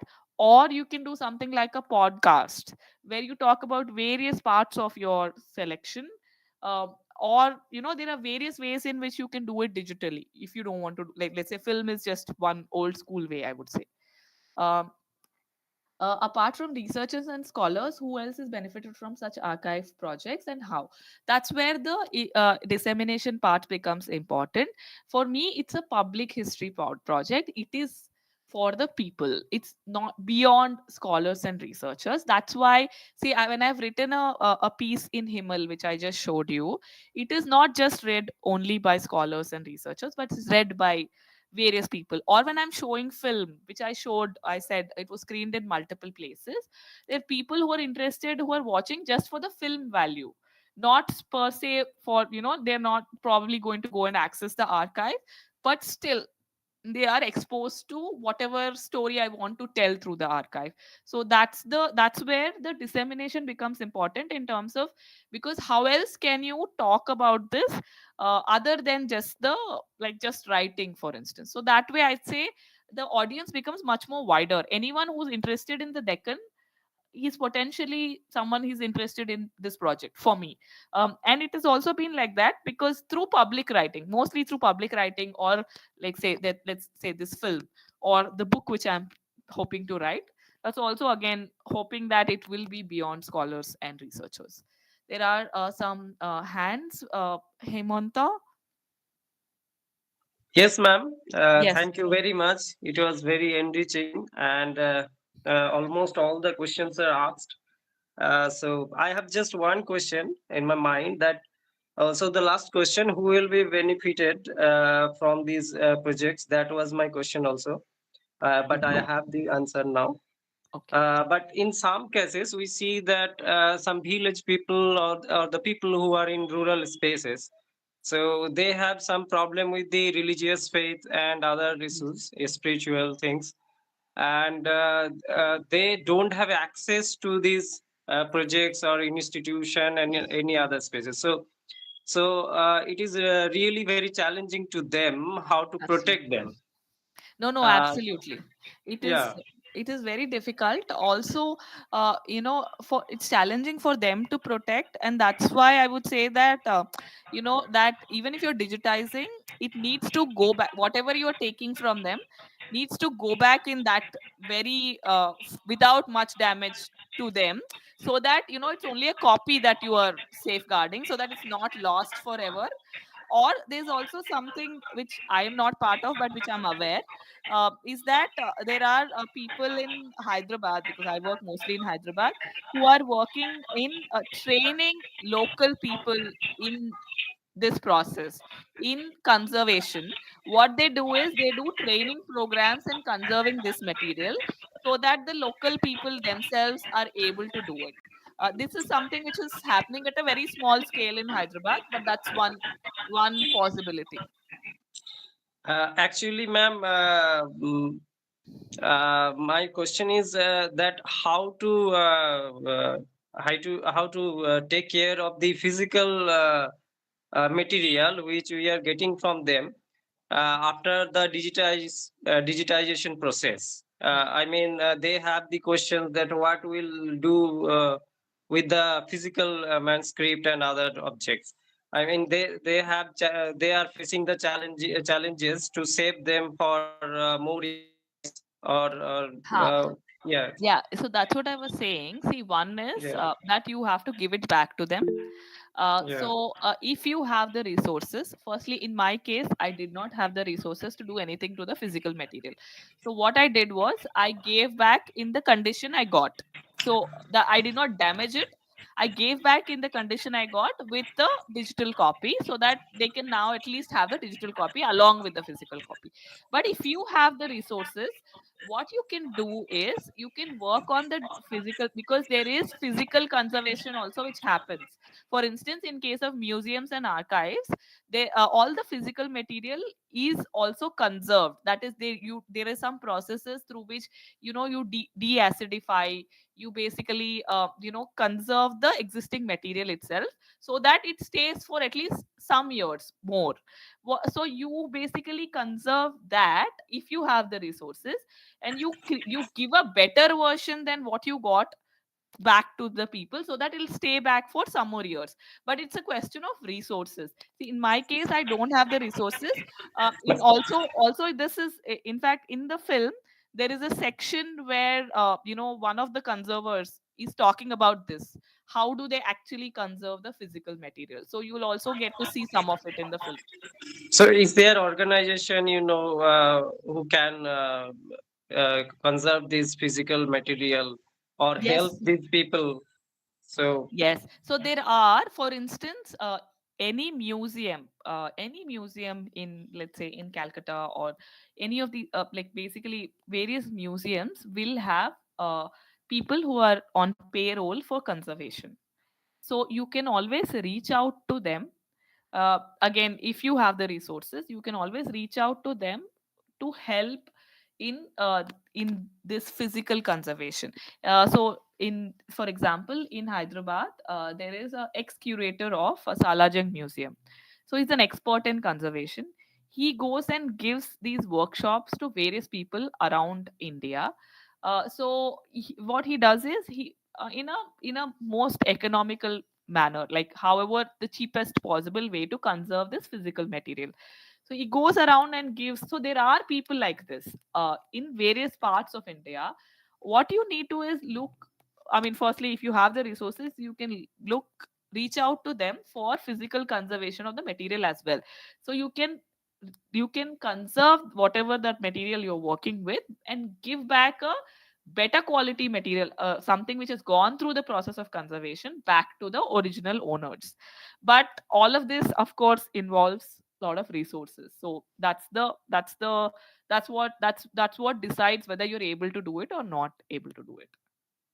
uh, and ma'am, I have one more question that some what Prakash Bir asked actually. mm, According to him, the people are not giving the manuscript. I mean, they have some religion and these taboos, so they are not agreed with us that this can be given to the people to digitize. So in that case, what can be done? I mean, So see, this is a very tricky question, as I answered Prakash Beer as well. That it is one is, firstly, there's only the only way this can happen is through convincing. So repeated, like attempts to convince, and also make them part of the process. Make them part of the process, meaning they should not feel like you are taking away their thing. They should feel like you are helping them in protecting it. And how will this difference happen? This is basically a matter of like, how do we convince them? That's the only thing we can do, because often the problem is this, that it feels like someone, because you're not really their family or anything, right? So it feels like someone from outside is coming and taking something which I have made like so much effort in protecting. Someone is taking it away. So it is completely in our responsibility, so that they don't feel like you're taking it away, but you are just helping them so that they can have it for much longer. Maybe like if it would completely go in 50 years, because you've helped them, it would probably stay for another 100 years. So that is a matter of, again, convincing. I actually don't have any better answer than this, because that's all. It's a matter of how do you make them feel that they are part of this, and you're not stealing from them. That's all we can do.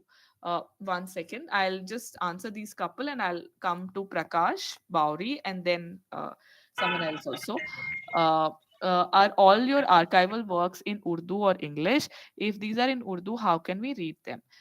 Okay, and if anybody wants to join as a part of this archive project, how can one join as a research worker? As a project, as a part of my project, see, my project, though, I was not, firstly, Urdu is a precondition. uh, However, like in the website itself, a lot of it is in English. But if you want, I have not really made an effort to put it in any other. For instance, can you access in Bengali? No, not yet. At least I have not tried to make it in anything in Bengali. Also because it's about Deccan, so I assumed that people from the Deccan are the ones who would be interested in. So they would probably know Urdu, and if they won't know Urdu, then they'll probably know English. If they don't know that, then maybe through my film, which also has parts of Urdu and Telugu, through that they might access. So that was how I thought about it.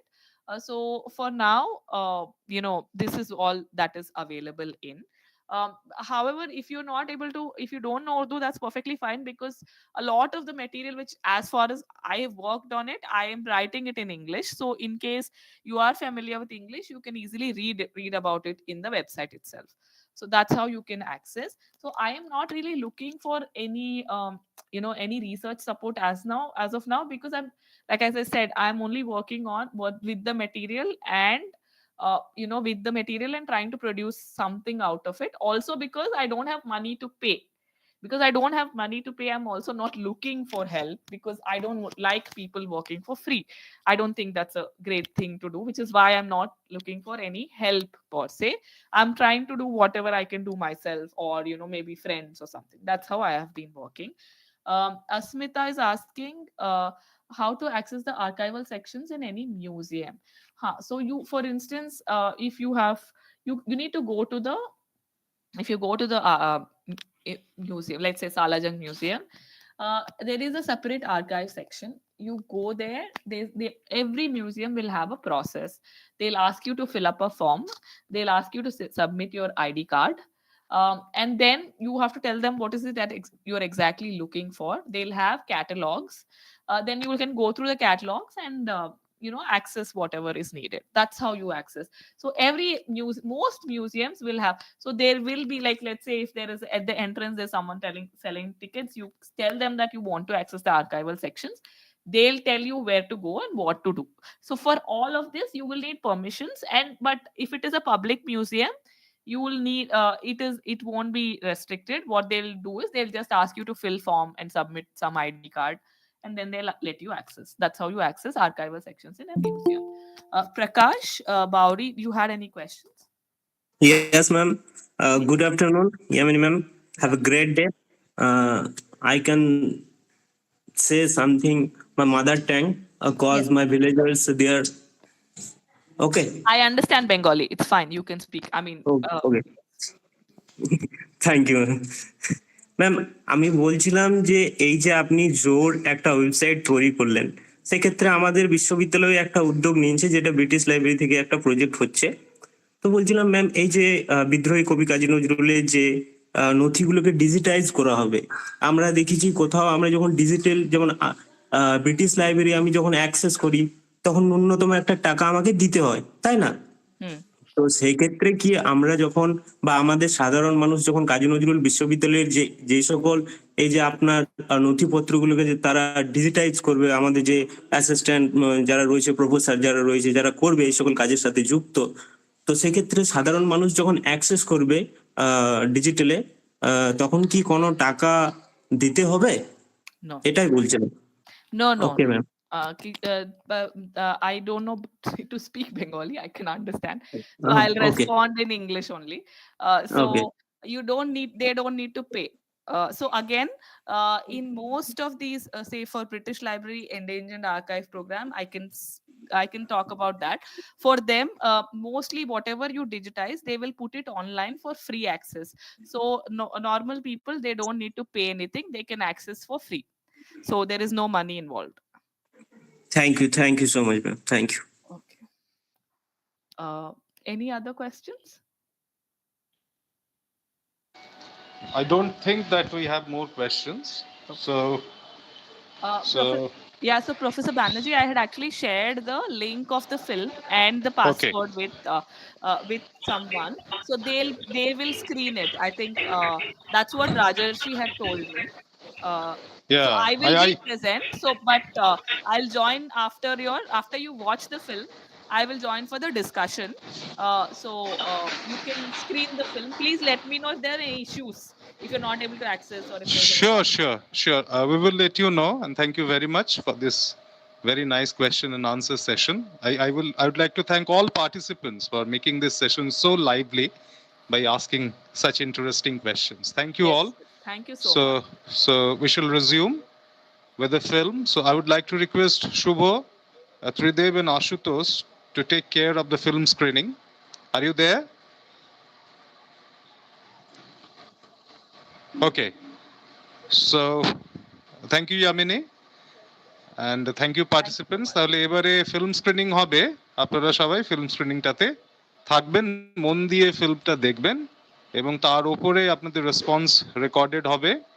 আপনারা প্রশ্ন উত্তরও করতে পারেন ফিল্মের পরে এবং পরীক্ষাতে আপনাদেরকে একটা রাইট আপও জমা করতে হচ্ছে, সেটাও আপনারা মনে রাখবেন, কেউ ভুলবেন না। আর ফিল্ম স্ক্রিনিং হয়ে গেলে তারপরে আমরা ভ্যালিডিক্টরি সেশনে যাব, সেটা দিয়েই অনুষ্ঠানের সমাপ্তি করব। Thank you very much. Okay, Professor, please tell me. I mean, I'll be here. Once the film screening is done, I'll join. Yeah, sure. Okay. Thank you.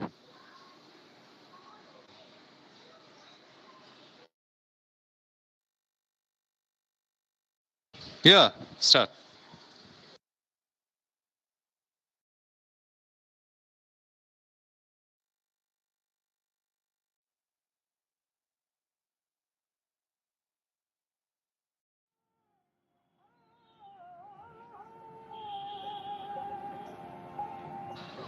Is the film visible? Yes, it is visible. Okay. yes visible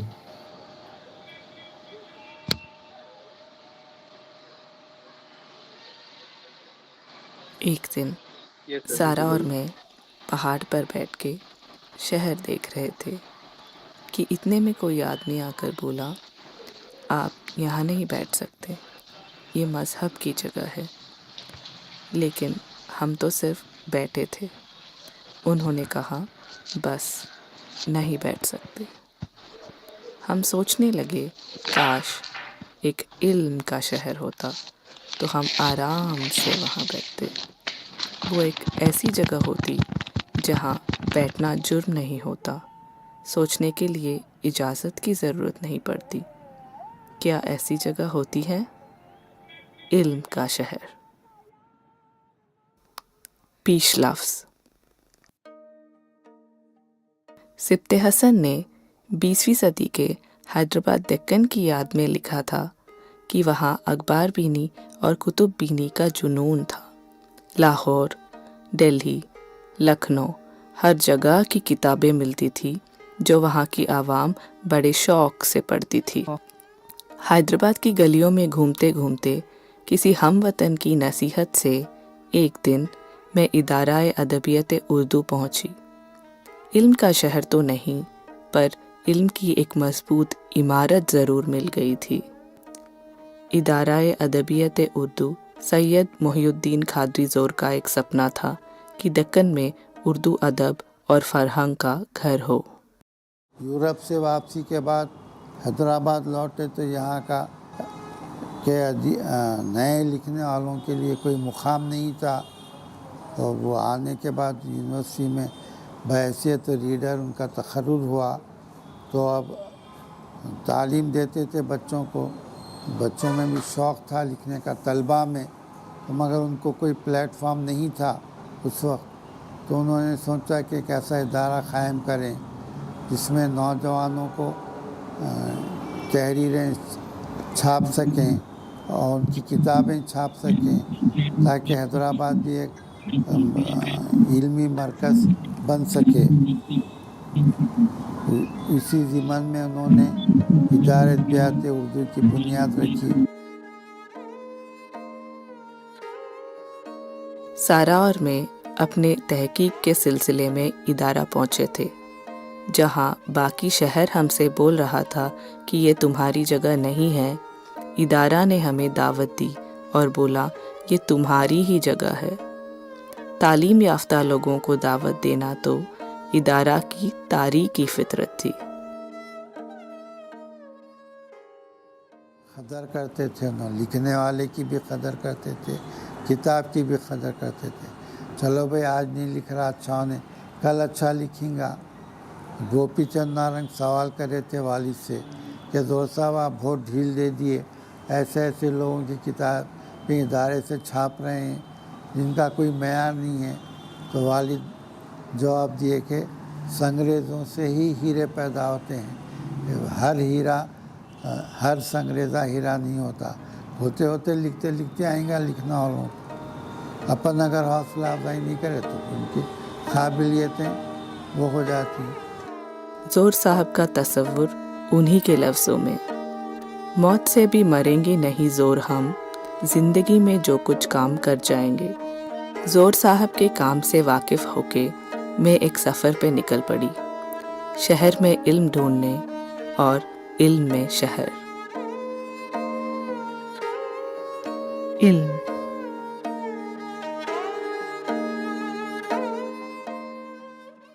human civilisation ప్రాసెస్లో మనిషి గురించి, ప్రకృతి గురించి, సమాజం గురించి ఇది తెలుసుకోవాలనే కోరిక ఉంది.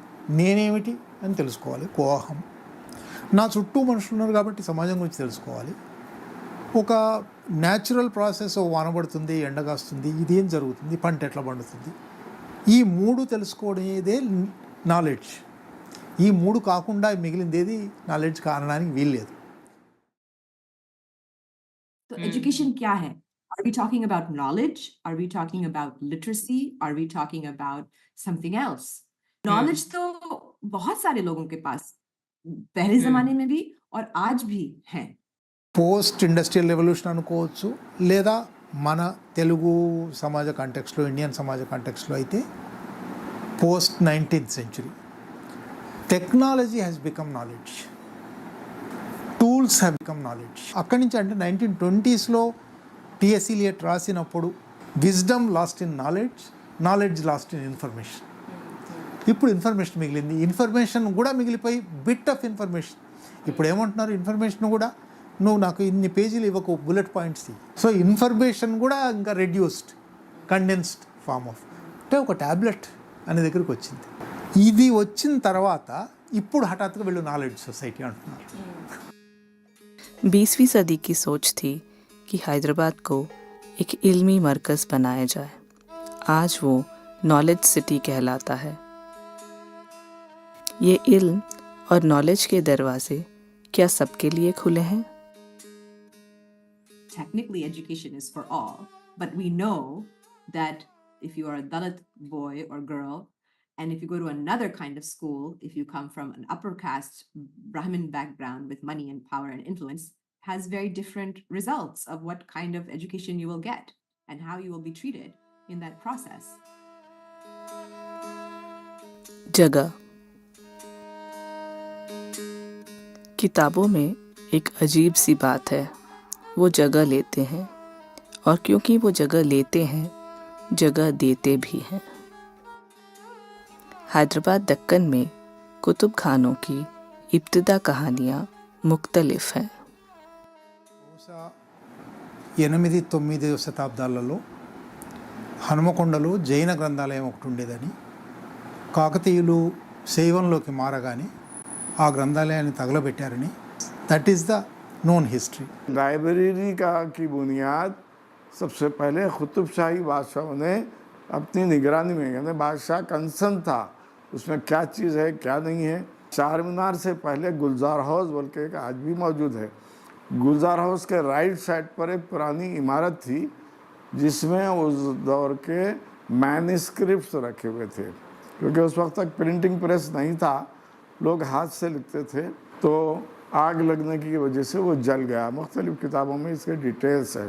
నిజాం డొమినియన్లో ఉర్దూ స్పీకింగ్ పీపుల్ ఉండేవాళ్ళు, తెలుగు వాళ్ళు ఉన్నారు, కన్నడాస్ ఉన్నారు, ఈవెన్ మరాఠీస్ ఉన్నారు. నార్త్ ఇండియా నుంచి వచ్చినటువంటి మార్వాడి లాంటి వాళ్ళు హిందీలో కూడా మాట్లాడేవాళ్ళు. ఇవి కాకుండా బయట నుంచి ఇంగ్లీష్, ఫ్రెంచ్, కనుక ఒక 7 భాషల పుస్తకాలు దొరికే అవకాశము, 7 భాషలు వచ్చిన విద్యావంతులు ఉండే అవకాశము, అందువల్ల 7 భాషల లైబ్రరీలు ఉండే అవకాశం ఉంది. సయ్యద్ హుస్సేన్ బిల్గ్రామి అనే అతను హైదరాబాద్లో సాలార్జింగ్ తర్వాత చెప్పుకోవాల్సినంత రెండో గొప్ప వ్యక్తి. ఫస్ట్ మొత్తం ఫుల్ ఫ్లెడ్జ్డ్ ఇంగ్లీష్ మీడియం తోటి స్టార్ట్ అయినటువంటి స్కూలు ఆలియా స్కూలు. అది తర్వాత లేటర్ ఆన్ అది నిజాం కాలేజ్గా ఎవాల్వ్ అయింది. ఈ స్కూల్ పెట్టిండు. దాంతోపాటు ఆయన ప్రతి డిస్ట్రిక్ట్ లెవెల్లో ఒక మల్టీలింగ్వల్ స్కూల్స్ని పెట్టారు. ఆ స్కూల్లో పర్షియన్ చెప్తారు, మ్యాథ్స్ ఇవన్నీ చెప్పడమే కాకుండా ఇంగ్లీషు, మళ్ళీ అంటే కర్ణాటకలో అయితే కన్నడ, ఇట్లా మహారాష్ట్రలో అయితే మరాఠీ, వీళ్ళని కూడా అపాయింట్ చేస్తారు.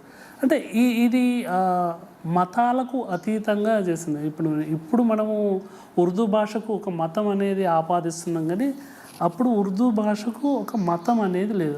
అది ఉర్దూ అనేది everybody's language, Hyderabad state people's లాంగ్వేజ్గా ఉండిండే. 1872లో స్కూల్స్ పెట్టడము, ఆ స్కూల్స్లో చదువుకున్న వాళ్ళు కొంత ఎడ్యుకేట్ అయ్యి మిగతా వాళ్ళకు వాళ్ళ నాలెడ్జ్ని డిసిమినేట్ చేసుకుంటూ పోయారు. 1891లో ముల్లా అబ్దుల్ ఖైమ్ తోటి కలిసి ఈ ఆసఫియా కుతుబ్ ఖానా అని చెప్పి ఇప్పుడు ఏదైతే స్టేట్ సెంట్రల్ లైబ్రరీ ఉందో అది ఇప్పుడు ఉన్నటువంటి జనరల్ పోస్ట్ ఆఫీస్ ఆబిడ్స్లో ఉంది. దాని వెనకాల ఉన్న స్థలంలో ఈ లైబ్రరీ వాళ్ళు ఎస్టాబ్లిష్ చేశారు. ఆ తర్వాత 1938 ఆ ప్రాంతంలో ఇప్పుడు మూసీకి అబోర్డ్ చేస్తున్నటువంటి బిల్డింగ్ కన్స్ట్రక్షన్ అయిన తర్వాత దాంట్లోకి వచ్చారు. హైదరాబాద్ రాష్ట్రంలో తెలుగు జిల్లాలు 8 అయినప్పటికీ, మరాఠీ జిల్లాలు 5 అయినప్పటికీ మరాఠీ విద్యావేత్తలదే ప్రాబల్యం. ఎందుకంటే బాంబే ప్రెసిడెన్సీతో సంబంధాల వల్ల, బ్రిటిష్తో సంబంధాల వల్ల మరాఠీలు ఎక్కువ చదువుకున్నారు. కాబట్టి తెలుగులో పుస్తకాలు, తెలుగులో లైబ్రరీలు ఉండే అవకాశం ఊహించలేము. కానీ మరాఠీది 1893 నాటికి వచ్చింది. 93లో అది గుణవర్ధక్ గ్రంథాలయం పెట్టారు. ఇప్పటికీ అది సరే సర్వైవింగ్ లైబ్రరీ. 1901 నాటికి తెలుగులో కూడా ఒక లైబ్రరీ పెట్టాలి అనే ఆలోచన. రావిచెట్టు రంగారావు గారు, ఆయన ఒక జమీందారు, జాగీర్దారు. ఆయన మెడ్రాస్లో చదువుకున్నాడు, లేదా సురవరం ప్రతాప్ రెడ్డితో సంబంధాలు ఉన్నాయి, లక్ష్మణరావు గారితో సంబంధాలు ఉన్నాయి.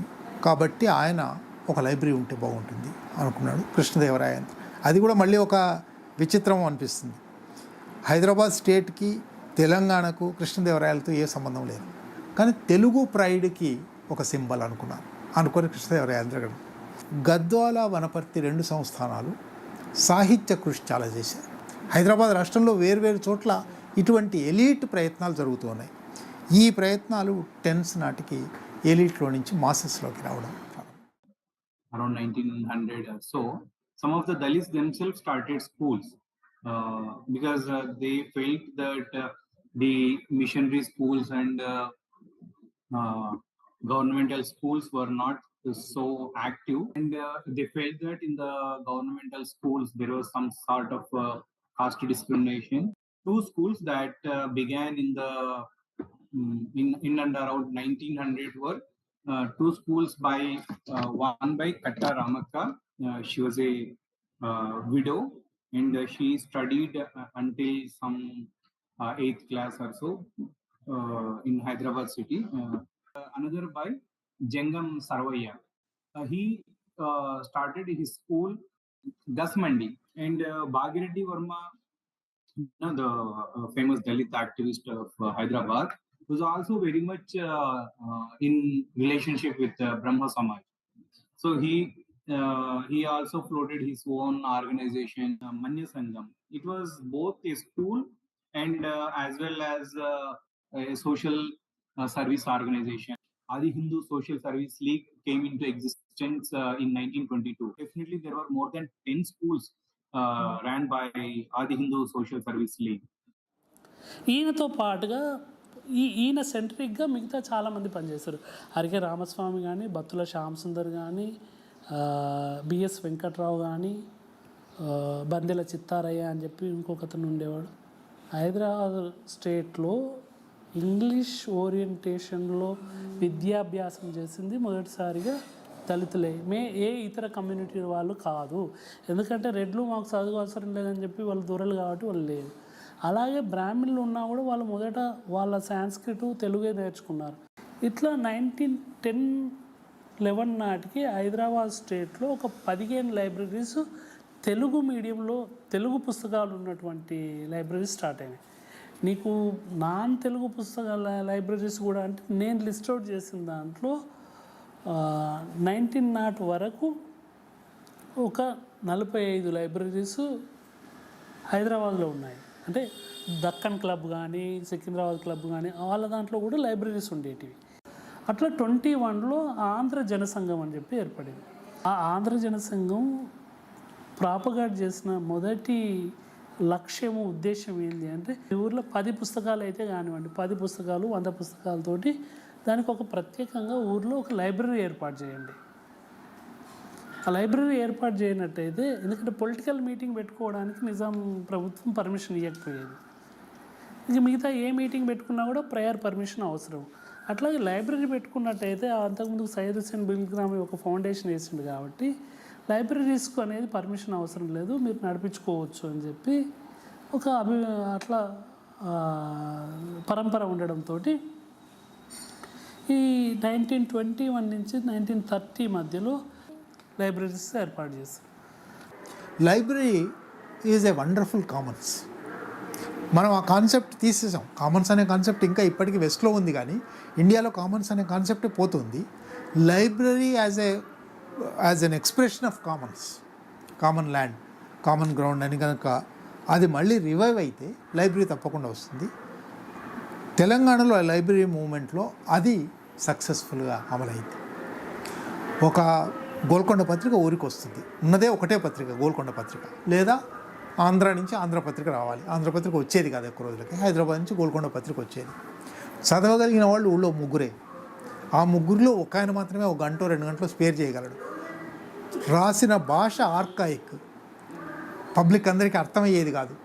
ఇన్ని కాన్స్టెంట్స్ మధ్య పేపర్ రాగానే ఆయన చదివినిపించేవాడు. అది 2 రోజుల కిందో 3 రోజుల కిందో పేపరు, అయినా కూడా పీపుల్ అర్థం చేసుకునేవాడు. ఎందువల్లనంటే కామన్స్ కాన్సెప్ట్ వల్ల. ఇక్కడికి పోతే మనకు ఒక కొత్త విషయం తెలుస్తుంది, ఇక్కడికి పోతే మనకు మన సమాజం గురించి తెలుస్తుంది, మన రోల్ ఏమిటో తెలుస్తుంది, మనం దీంట్లో ఇంటర్వ్యూన్ కావచ్చు. ఒక లైబ్రరీ ఉన్నదంటే లైబ్రరీ కాన్ఫరెన్స్ అవుతుంది అంటే ఒక దగ్గర లైబ్రరీ కాన్ఫరెన్స్ అయ్యేది, దాంట్లోనే ఈవినింగ్ సెషన్లో విమెన్స్ కాన్ఫరెన్స్ అయ్యేది.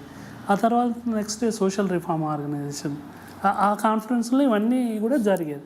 అట్లా విమెన్కు సంబంధించి 1922లోనే శ్రీకృష్ణదేవరాయాంధ్ర భాషా నిలయంలో ఆంధ్ర సోదరి సమాజం అని చెప్పి 22లో ఎస్టాబ్లిష్ అయింది. దాంట్లో పందిటి సత్యవతీబాయి అని చెప్పి ఒక ఆమె ఉండేది, నడింపల్లి సుందరమ్మ అని చెప్పి, మిగతా హైదరాబాద్ రెసిడెంట్ ఉన్నటువంటి మహిళలు కూడా దాంట్లో ఇన్వాల్వ్ అయ్యారు. हाँ, मेरे ख्याल से डिबेट ये नहीं थी कि या तो औरतों को पढ़ाना चाहिए या नहीं पढ़ाना चाहिए. मेरे ख्याल से ये डिबेट ये नहीं थी. डिबेट ये था कि what kind of education should women receive. ठीक है, किस तरह की मतलब तालीम उनको औरतों के लिए ठीक है.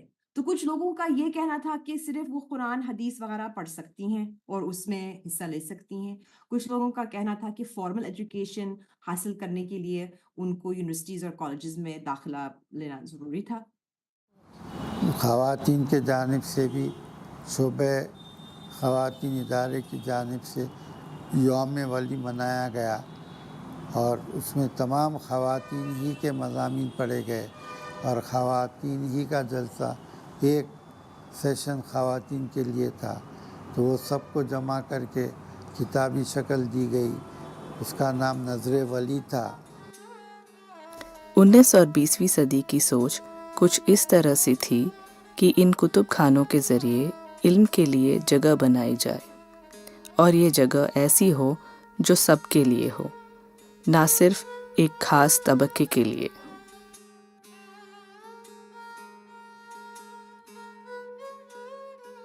दौर और जो हालात बदले यहाँ के, जिसको पुलिस एक्शन कहते हैं, 1948 में यहाँ की जो स्टेट गवर्नमेंट थी, रियासती हुकूमत जो थी वो बादशाह की थी, किंग की थी. सेंट्रल गवर्नमेंट से फौज आई, हमला की, इनकी हुकूमत ख़त्म हो गई और सिर्फ मेदक में 1 लाख मुसलमानों को कत्ल किया गया. 1 लाख. अब अतराफ में क्या क्या हुआ होगा. हिम्मतें ख़त्म हो गई थी, बहुत मायूसी थी और फंड्स भी नहीं रहे. बहुत से लोग चले गए, हैदराबाद से भी बहुत गए, साथियाँ भी सब छोड़ के चले गए वालिद को. तो उससे ज़रा अपसेट रहे. सारे लोग मुखालिफत करे, क्यों बना रहे हैं ऐवान उर्दू दौर साहब, बेकार है, नहीं होता. वो दौर ऐसा था कि लोग उर्दू का नाम लेने को भी डरते थे. दौर साहब बोले नहीं, बनाना है तो बनाना है, ये तो दौर बदलते रहते, इसका कुछ भी नहीं है. अगर अब नहीं करे तो फिर उर्दू अदब का सरमाया सब ख़त्म हो जाएगा. उस ज़माने में देवड़ियाँ नवाबा लूट गए, बर्बाद हो गए, देवड़ियाँ बिक रहे थे. तो वो लोग ऐसे थे, इल्मी अदबी शौक़ था और उनके पास भी अच्छे अच्छे लाइब्रेरीज थे बहुत. गोलकुंडे से लोग आए तो उन लोग बोलते कि जोर साहब हमारे दादा के पास आके खटका मारते थे पुलिस एक्शन के बाद. अरे भाई कोई मखतूता है क्या, कोई क़दीम कागज़ है क्या, कोई तारीख़ी कागज़ है क्या, है तो आप दे दो, इदारे में महफूज हो जाएगा. तो सब थैलों में मखतूतात के पेपर अलग अलग सीधा सीधा ला के बैठ के मुँह को कपड़ा बन के कीड़े रहते ना, उसमें एक एक कागज़ देखना, अलग अलग अलग अलग रखते जाना. ख़त से पहचानते थे कौन सा कातिब है, कौन से सन का है उन्हें, वो हिसाब से न जमा के इसको मखतूतों की शक्ल दिए.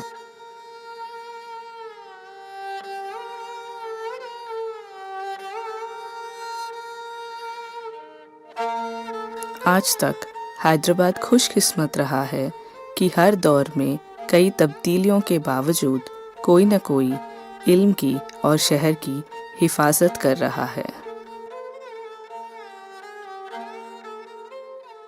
ये लाइब्रेरी जो है ना तकरीबन 16 से 18 साल बंद रही. लाइब्रेरी को जो है ना रिपेयरिंग का काम बहुत बड़े पैमाने पर किया गया. फिर यहाँ पर लाइब्रेरी में जो किताबें थी बहुत खस्ता हालत में थी. तो पहले तो उनको प्रिवेंटिव कंजर्वेशन करके हम उनको साफ़ सफाई का काम किए. फिर उसके बाद कुछ किताबें जो डैमेज थी कुछ उनको मुख्तसर सी बाइंडिंग भी वहाँ का कर दिए. پھر اس کے بعد کتابوں میں جو کچھ فنگس وغیرہ آ گیا تھا، کچھ ڈیمیج بھی ہو رہے تھے، تو پھر ان کو ہم لوگ کیمیکل ٹریٹمنٹ کنزرویشن کا کام کر کے پھر ایک ایک کتاب کو صاف کر کے پھر والیومس کے حساب سے پھر ہم اس الماریز میں یہاں جما کے رکھے. اس حساب سے ہم کو یہاں کافی محنت کرنا پڑا. آپ کے کاروان کے علاقے میں وہ پتھر والے صاحب کی درگاہ ہے، خانقاہ ہے، وہ اس خانقاہ میں ہے. ان کے پاس پرنٹڈ بکس کی تعداد قریب 80,000 کے ہے اور مینuscripts قریب 2-2.5 ہزار مینuscripts ہیں. اور خاص بات یہ ہے کہ ان لوگوں کو لائبریریز کی اہمیت معلوم ہوئی اور انہوں نے اس لائبریری کو بچانے کے لیے خود وہ لوگ ٹریننگ حاصل کیے. میں نے ان لوگوں کو ٹریننگ دی اور ان کو تیار کیا. تو اب وہ لوگ جو ہے ان کی لائبریری کو بچانے کا کام، کنزرویشن اور پرزرویشن کا کام وہ لوگ خود انجام دے رہے ہیں. اپنے علم اور شہر کے سفر میں ان کشاورزوں سے ملی جنہوں نے علم کے بیج بوئے تھے، ان جادوگروں سے ملی جنہوں نے علم کو سنجویا تھا، اور ان سے بھی ملی جو آج اس علم کے چھاؤں میں بیٹھے ہیں. یہاں کم سے کم میں 30 سال سے آتا ہوں. Everyone's treated equal here. So whoever it is, either it's me or from scheduled caste or scheduled tribe or Hindu or Brahman or anyone, everyone's equal here. Everyone has the equal right to sit anywhere and study. They're not stopping us or pointing out at us to not study here or something like that. پڑھنے سے مجھے شانتی ملتی اور سکون ملتا.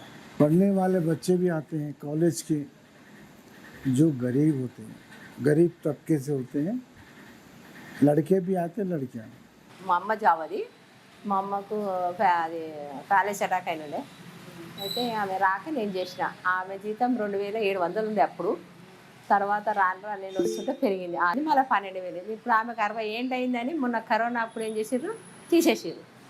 ఇక ఆ టెన్షన్లో ఆమె చచ్చిపోయింది.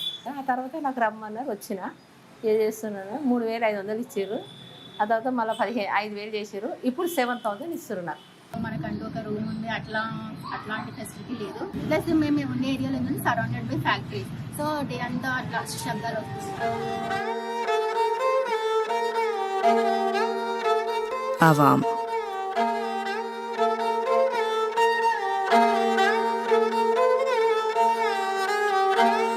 భాగవతం రాసినప్పుడు పోతన గారు చాలా ఆశ్చర్యం అనిపిస్తుంది. ఒక పద్యం రాశాడు ఆయన, ఎందుకు చదువు చెప్పాలని.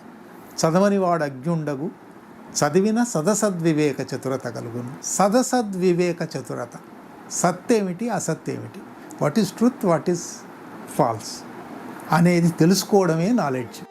علم کا مطلب نہ صرف سچ کو جاننا ہے، اس کے ساتھ دینے کی ہمت رکھنا بھی ہے. پولیس سیکشن تو مسلمان حیدرآباد کے بہت پزل ہو گئے تھے. وہ سمجھنے لگے کہ ہماری حکومت بھی چلی گئی 1948 میں. تو اب مسلمانوں میں پھر نیا جذبہ پیدا کر کے ان کو اسٹینڈ کرنا، یہ سوچے ڈاکٹر زور نے. انہوں نے کیا کیا، ہندو مسلمان کو پھر ملانا چاہیے. اس کے لیے انہوں نے یوم خلی کی بنیاد رکھی. قلی قطب شاہ کی شاعری میں عید، رمضان، بقرعید، ہولی، دیوالی سب پہ نظمیں ہیں. تو وہ جو تھا مسلمان تھا لیکن ہندو مذہب کو بھی امپورٹنس دیتا تھا. اس لیے انہوں نے خلی کو ایک جو آئیڈیل بنا کے اس کا جو ہے فنکشن شروع کیا. خیام آندھرا کے بعد پہلے یوم خلی میں 4 مینار سے انہوں نے جلوس نکالا، ہاتھیوں پہ، گھوڑوں پہ، اونٹوں پہ، اور اس زمانے کی جو سواریاں تھے، نال کی، پال کی، ہوادار. 4 مینار سے شروع ہوا، لے کے وہاں سے لے کے پرانے پل تک گئے پیدل. والد بھی بڑا شاندار جلوس تھا، بہت ہزاروں لوگ تھے جلوس میں. وہاں پہ مخدوم کی نظم پڑھی گئی، بھاگمتی. پیار سے آنکھ بھر آتی ہے، کمل کھلتے ہیں، جب کبھی لب پہ تیرا نام وفا آتا ہے. سرور دنڈا بھی ایک دکنی شاعر تھا، انہوں بھی اپنا کلام سنایا وہاں پر. بازار Hussain first came up as a merchant store. This was probably around 1920s. So Asghar Abdul Hussain is the full form of A. Hussain. So Asghar Abdul Hussain was one of the sons of Abdul Hussain. So he was a surgeon during the 6th Nizam's time. He used to keep all kind of different things like ties, cufflinks, and all imported things those times. So finally, after exchanging a lot of thoughts with foreigners and people, then started keeping books for children. So from this, my personal journey, I understood that having access to books is one thing, suggesting books is another. Starting very early, young in life is very, very important. And also it's never too late or too early to start, discovering books. That's how we started. And when we started, I reached out to libraries in India. There was one that was shutting down in Chennai. So it's a huge library with beautiful lighting and everything. When I asked them, they said that the logistics would actually kill your dream. So I decided, okay, I'll keep it very simple, and also the logistics should not, somehow hamper our book buying capacity. So we started with just around 1,500 books, whatever we had, and we bought a lot of Indian children's picture books. I mean, some of the publishers are not even known in Hyderabad. So very slowly people got to know, and friends, families around, and everybody started joining. And so we kept on adding books. Whenever a child would walk in, they heard about a series from their friends or cousins in the US. So we would buy those books. Also, I would ask my friends in the US to bring books every time they visited. So from those 1,500s to 10,000, around now we will be touching 11,000 books. When I come here, and first thing is he will show the books to me, and then only he will go show it to other people. 5-40 years से इसके शौकीन बहुत है पढ़ने वाले हैं, इसीलिए हम मेहनत यही करते हैं, दूसरा हम समझते हैं. We've been coming since we were kids, so we used to buy Tinkers, and we were all to buying better books, more complicated books. Yeah. So since I think I was 10, I usually come to Abbott for two reasons. One is you get cheaper books, right? The bestsellers you get for cheap. Second is you get really low-key books which have disappeared from crossword and all the bestsellers. People are just selling the top 10. So when you come to Abbott to look at these books, you get books you haven't even heard about. I usually don't come on my own. I come with me, my dad, my sister and my brother, and every one of us buys books. So everyone has really different books you haven't seen anywhere, you haven't heard about them. You just pick them up from here, and it's like it's a whole new thing. The total store was changed into a bookstore. That was around in 50s. The 60s and 70s and 80s, this 30 years was the golden period, you can say. And probably my father also coming in the bookstore mattered a lot, because he was a very different kind of person, very enigmatic, and you can say a magnetic personality, where when customers came, he not only just thought of just giving the books, but he actually spent time with customers. My father actually, with a lot of people sitting around him, they used to discuss all kinds of things under the world, you name it actually, like politics, philosophy, and then he used to suggest books just by when communicating. So actually customers became friends basically. When I came, there used to be so many bookshops. Okay, Odyssey was there, Walden was there. I remember, buying so many books from there. Landmark also. I think Landmark is still there. But unfortunately, over the years, they either closed down or their book sections became this much, very tiny. And they started selling more stationery instead of books, which I again won't blame them, because if people are not buying, what can you do? तो online आके business में थोड़ा फर्क आया. अभी जो particular address है भी आ रहा है, अभी 1 year 2 years तक चलेगा. Basically, I think the coming of online portals like Amazon and Flipkart, so both of them actually slowly started, getting the customers, because then customers thought that, why not shop online, And basically, what my personal opinion is that when Amazon was launched in India, probably there should have been a government policy about the discounts. That was the biggest, problem. Because after that, there was something like it was just a platform, anybody could sell anything there. And there was no, restriction on the discount. That is where mostly the standalone bookstores suffered. COVID. So I didn't know what to do. For few months, I was really very clueless. I was very sad because none of us knew what is happening around at that point of time, and we didn't know what the future is going to be like. We also did a lot of read alouds online. Children who couldn't visit our library from far, there were children from other cities, they all logged in online. And we did this 21-day, 100-book picture book reading challenge. There were no certificates and awards or rewards. We did it for fun. And so one of the kids in that session said, there's this librarian in Mexico, his name is Luis Soriano.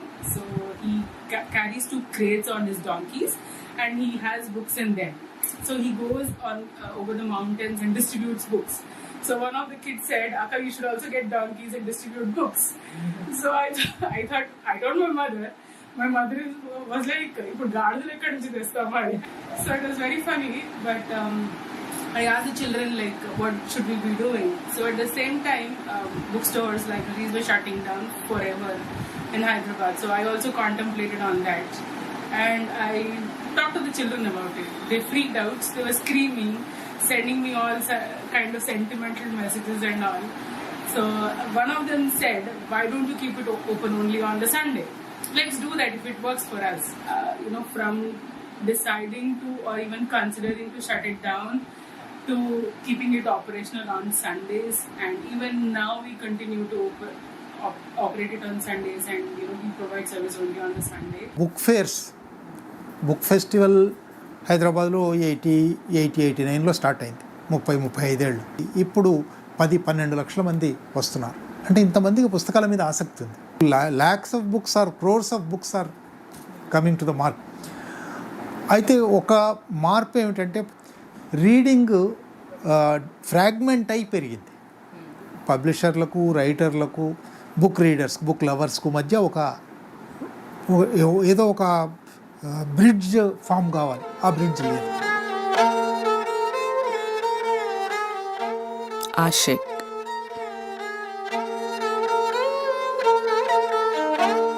I have been reading since I was a child because my mother used to read a lot and I must have picked it up from her. मेरे पास सबसे अहम किताब जो rare है, जो मैं समझता हूँ हिंदुस्तान में किसी के पास नहीं होगी, 1921 की लुगातुन निसा, वुमेन्स जो लैंग्वेज है उस पर डिक्शनरी है. ఆ టైంలో సినిమాలు కొంచెం కాస్ట్లీ. సినిమాతో కంపేర్ చేస్తే మనకి బుక్సే చీప్. ఏంటంటే అరౌండ్ 5 రూపీస్కి నా బుక్ దొరికేది, 10 రూపీస్కి బుక్ దొరికేది. అందులో అప్పటి నుంచి కూడా ఏంటంటే మనకి చాలా ఎఫోర్డబుల్గా ఉన్నందువల్ల అలవాటైంది. ప్లస్ ఏంటంటే మనకు తెలుసు. తర్వాత నేను టీచర్గా మారాను. ఎందుకంటే పుస్తకాలతో నాకున్న అసోసియేషన్ అనేది ఎంత నచ్చిందంటే దాంతోనే నేను కంటిన్యూ అవ్వాలంటే ఏ ప్రొఫెషన్ బెటర్ ఆలోచిస్తే టీచింగ్ బెటర్ అనిపించింది. So become a teacher. Teacher అయిన తర్వాత ఇంకా నా స్కూల్ బుక్స్ దగ్గర మొదలు పెట్టుకొని నా జనరల్ రీడింగ్ హ్యాబిట్ వరకు కొన్ని నావెల్స్ కావచ్చు, లేదా కొన్ని సబ్జెక్ట్ బుక్స్ కావచ్చు. నాకు ట్రావెలింగ్ అంటే చాలా ఇష్టం. సో ట్రావెల్ బేసిస్ బుక్స్ అనమాట. పోలార్ ఎక్స్ప్లోరేషన్ కావచ్చు, లేకపోతే మౌంట్ ఎవరెస్ట్ ఎక్స్ప్లోరేషన్ కావచ్చు. ఇవన్నీ యాక్చువల్గా ప్రిపేర్ చేసుకున్నాను పుస్తకాలు. ఒక రకంగా చెప్పాలంటే మాలాంటి వాళ్ళకి ఇది స్వర్గంతో సమానం, లేదా చెప్పాలంటే ఆక్సిజన్తో సమానం. Strangely, books not only remained my hobby, but my career also I had, and then I started working a bit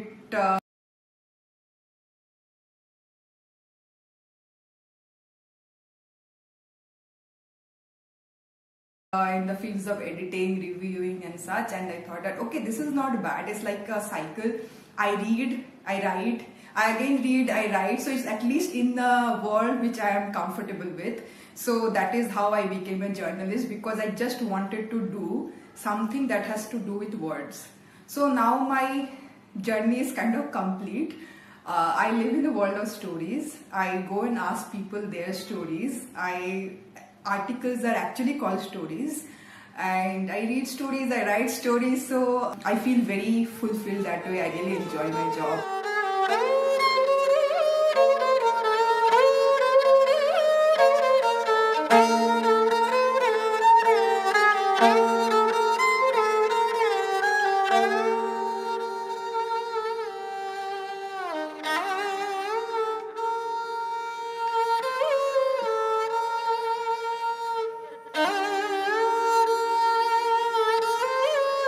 पसनविश्त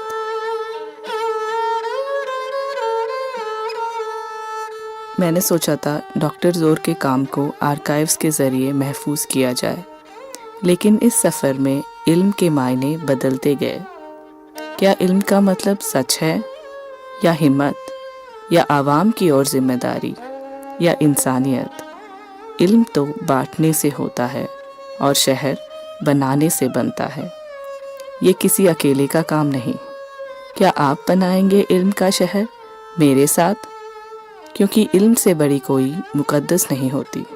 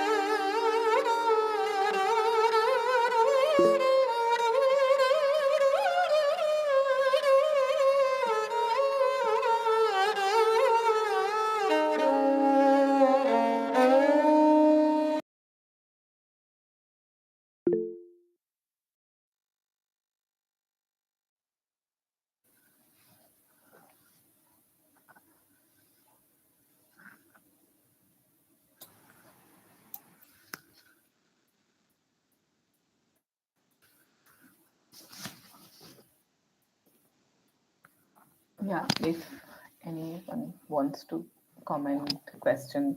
Debulina Mondal,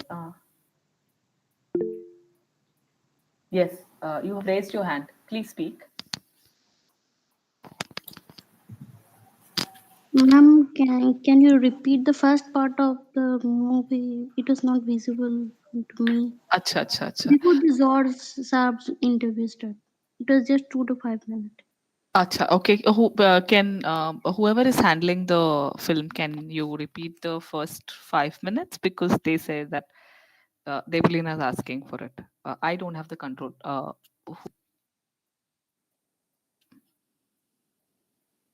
Professor Banerjee, are you here?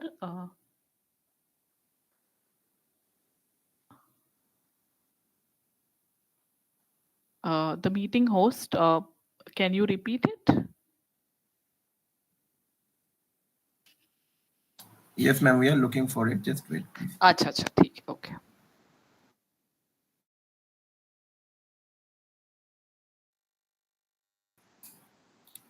Hello,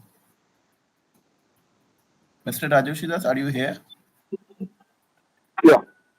Hi, Yamini. Hi. Yes. Everyone. Yes, yes, you are on. Yes. And good afternoon, everyone. I am traveling through the rain, so advanced apologies if I got lost somewhere. Thank you, Yamini, for the wonderful lowdown on the Zor project, which perfectly resonates with our thoughts and would really help us shape our project as well. It seems particularly fitting, given the heavy rains that have washed over Asansol. We have heard the profound legacy of Mohim. Kha has a question, so I'll just answer that. She says, can you share a little about the deliberations you had about how you wanted to present it, about the structure of the film itself? So one is, because I was working with a lot of material, and also editing was something I was looking for an editor to do it, but I couldn't find anyone. Didn't really have too much money, so I did the editing myself. So my the way I decided to structure it is to keep following Zore's life. I mean, from there I start, I go into various directions, and then I come back to Zore's life. So that's broadly how I have structured, and also like in as chapters, because there are several. Some of them feel very disconnected. They are connected, but in a film, it's difficult to present the connections. So in that sense, I left the audience itself to figure out what the connections are.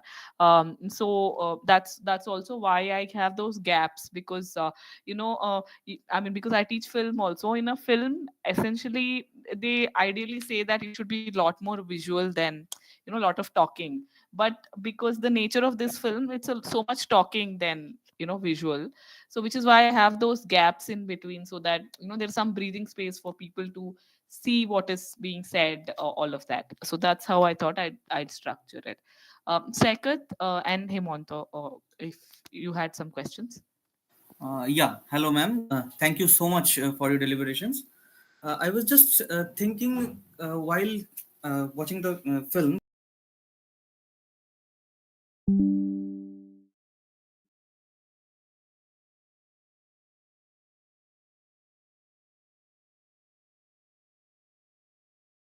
Bazaar itself, see, market doesn't really translate well with bazaar, and I think English language has the word bazaar as well. In fact, the connotations of the bazaar are not translatable to market, which is why I thought I left it as such. In fact, for instance, because I come from film studies, when we talk about early cinema, we talk about the bazaar nature of film. Nobody talks about the market nature of the film. So bazaar itself is not, I don't think, as you rightly pointed out, is not translatable to market. And the word itself is used as is. So I've left bazaar as is. I think it has a certain specific connotations, which is not equivalent to market. I feel like the bazaar relationships are still relationships, which is market relationships are not. I would say that so much more transactional than, you can form certain kinds of relationship relationships in a bazaar, which like the word market itself does not allow for. So because of these reasons, I have not translated bazaar as market. Bazaar remains as bazaar. Himanta, you had. Yeah, Yes. thank you, Yes. ma'am. And there's another thing, Yes. that there was a large part of the film that spoke about that how libraries are a space of commons, right? Now, when we are talking about this digital archiving and using these as our materials for further research, how do you see these places as commons? Because in our country there might be a lot of differences regarding the internet bandwidth, like accessibility. For just the reason I had a better bandwidth, so I did not have any problem with the movie, but somebody Absolutely. just had. So how do you Absolutely. look this particular rubric regarding No, completely dissemination? agree. In fact, that's why I'm saying that we need, in fact, the film also says that we need libraries. That's what I've been saying right from the beginning, that digital can only supplement it, cannot replace the physical. We need physical spaces. We need, in fact, like, for instance, if there is a physical library and all of us enter the physical library, there is a certain equality there, which digitally, as you rightly pointed out, there is no equality, in the sense that you have a better bandwidth, I don't have a better, all of those are at play. But once, I mean, it's not like in library, like suddenly all of us have equal access. No, but once you enter the space of library, all of us have the same kind of access. So which is why my emphasis is that yes, digital is important, in the sense of, like, you need, because the physical material will be lost, and there is a certain role for digital. but digital cannot replace the physical. So that's why I agree with you completely that the commons still remains. For commons you need a space. I don't know if a digital can be like, there is actually a lot of work on digital commons saying that digital can be commons, but in a country like India or any part of the world, there are these inequalities and they will continue to exist. So which is why I say we cannot leave the physical. We have to use digital to get back to claim our physical commons. So yeah, so absolutely agree with you on that. There was someone else who had raised their hand. Hemanto was asking any questions. I would request Hemanto to ask that. I think Madam also said ask for that. Hemanto, are you there? Maybe he lost connection. If there is not connection, okay. Maybe, I don't know, I'm saying. Okay. Let me have a look. He's not there. He's probably not there. Okay, he has raised He's the not. He's gone. He's come back. Yes. Extremely sorry, I have just network issue here. Yeah, I can. Thank you very much for the film. I think it is mesmerizing because the way you presented everything in this short film with the limited resources. Uh, so one or two thing what I have observed while watching this film, that is the way you gather everything in this film about the Hyderabad city and the archival program and the libraries, especially. That is the ultimate source of knowledge where everything is put. So, if I see this, in that case, in West Bengal, we have some center margin issue. I mean, if you Yes. see the Kolkata is working its own way. Okay, so Kolkata is not deliberately connected to the regional part of West Bengal. They are not well connected with the districts, and whatever is happening there is not happening in other district or other areas. They have enough resources, they have enough connections, and they have enough opportunities because they are connected to the world. Uh, so whenever they are doing something or they are achieving something or are not shared with the people on the other region in West Bengal. I mean, in different way. That's not totally true because am I audible? Yeah, Hemanto, you're properly audible. Okay. So what is happening here? Whenever we am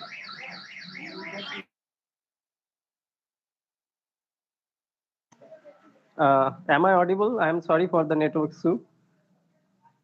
Yeah, you're audible. Okay. So what is happening whenever these things are happening? I mean, the archival project or the digitized program or anything else around in our region. Sorry, one second, Himanto. Basically, I lost connection this time. Okay, So, okay. I heard you when you were speaking about the disconnection between Calcutta and Kolkata and the rest of the Bengal. Yeah, yeah, Basically, yeah. they have But the resources. Yeah, yeah, that's where I got disconnected. So if you can repeat, sorry. yeah. I'm repeating from there. So what is happening where this center margin issue is going on here in a very deep level. I mean, what I have seen that what is happening in Hyderabad, they connected themselves to the regional part, the small libraries and the small institutions, and the way now it became the knowledge city. The process that happened there is now totally missing in West Bengal, and I have personally felt that from my school time, from my school session. What I have seen that if I have to access something, I mean, if you say in the field of film, you can say about libraries, uh, and also the the knowledge houses, from where we can acquire this knowledge or online and systems or digitize digital libraries or digitize material. we have to depend on Kolkata especially, because from there everything is happening, and it is very challenging for us who are living in rural areas. I mean, for say in Asansol, we have done something, not everything, but something, a very little bit of it. What we are trying in last 7 to 10 years, that to create something, to give access to people to some opportunities about education and about the other things which are happening around the world. I mean, these archival projects and the idea of heritage, the sense of art and culture. So we are trying to do it for last 10 years, but we have very limited resource, and we have very limited what also we can say, we have very limited skills too.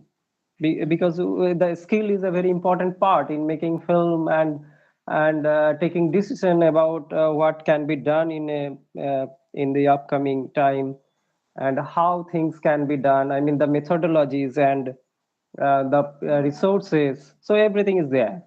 So how to deal with that when you made this film, how you achieve these things with your limited resource and limited people, and how you planned this. I mean, we cannot do something just waking up in the morning and then we just thought about it that I have to do something and I am going for it. So it is a time taking process, and also some inspiration should be there. So from where you started this, and when you tried to make this film, what are the challenges you have faced? Because the interviews, I have taken some interviews of people in some other project, for some other project. So and also I am also connected to some other institution in UK and here also. So how do you see these things in Hyderabad? What are the challenges you have faced while taking the interviews and other things? So that's my question. Thank you. Thank you very much. Again, a very, very important question. So, in fact, I was telling a friend of mine that, see, what I present in this film is a history where there was so much connection between the center and periphery. But if you talk about current times, the center and periphery is also very much there in Hyderabad. What is possible in Hyderabad versus what is possible in a smaller town is hugely different. Like and like it's such a big problem that only, like, I would say that only probably a government can, or a big institution can do something. In that way, you are actually doing much better than what Hyderabad or peripheries of Hyderabad are doing, because of the institution. Or, like, in fact, my favorite thing about today is that there are lots of people who are not from, let's say, Calcutta. There are lots of people who are coming from smaller towns, and who are participating this is the best thing for me, as far as today is concerned. This doesn't really happen so much in Hyderabad. In fact, everybody goes back to, like, there are all the universities are mostly in Hyderabad, so you have to come to Hyderabad. So that's the same story even in Hyderabad. And for what can we do about it? What can we do about it is, one is, like, as individuals, we have limited means. I would say that you can only do some things as individuals, but as institutions, like, as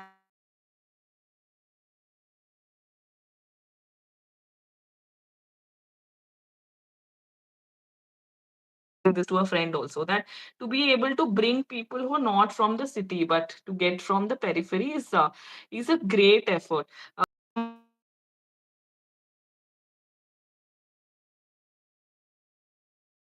Very city. I'm not from a smaller town. But whatever you said about the center periphery exists very, very centrally, even in Hyderabad. So, about how do we manage with limited resources? So, firstly, without resources, it's not possible at all. So this film, I from the grant, which the grant was around 2.5 lakh rupees for this entire project. So after digitization, And basically for I had set aside some amount of money for the website. It's also but that website really was taking a lot of time, as I explained while I was speaking, that I was not able to find someone to help me build that a website, and I don't have the expertise. I don't know how to do it. So I was really struggling with that part, and I had some amount of money which was set aside. So that money, because the website was not happening, I took that money and used it to make a film. So what I did was, firstly, I hired like a student who had just passed out of MA in communication from my university in IFLU in Hyderabad. I hired someone who had just passed out as to work with the camera, and he had a camera of his own. So that was the camera we used, because I didn't have a camera, and we also didn't really have a mic.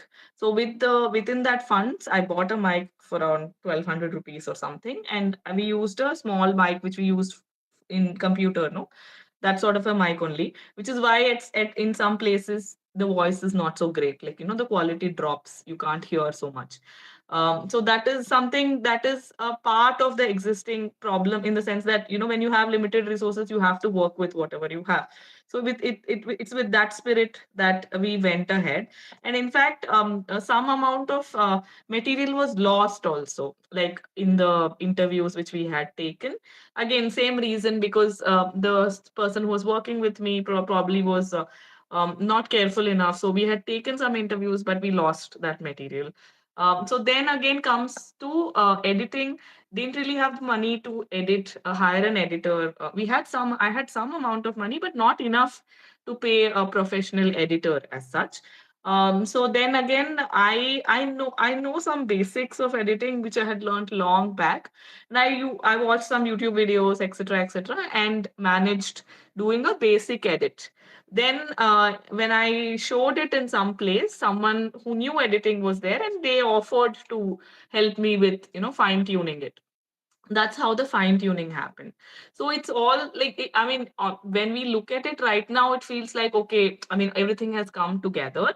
But for the longest time, for I think at least 6 months, I did not edit, only because I didn't want to do it myself, and then I was searching for someone to do it. But it did not really, I didn't find anyone who could do it. So it is, in hindsight, it looks like, it has all come together. But it has happened at like various relative times, and finally it has come together. If you say what is the motivation, I would say Rafiuddin Saab is the motivation, because he constantly keeps asking कि Yamini, what is happening? I mean, कहाँ काम हो रहा है, नहीं हो रहा है. So, and I didn't want to like say no to someone who's so old, that नहीं हो रहा है. So I didn't want to give that answer. So which is why by little bits and pieces it has come together. But the point which you have mentioned in terms of the center and periphery, I think it's existing. It's a huge, huge problem. I actually don't have an answer. If it's only an institution which can do something. Individuals, it's very difficult for anyone to do anything. With that much amount of disparity. I hope I've answered. Yes, ma'am. Yeah, thank you very much for this answer. And I just want to share an information with you.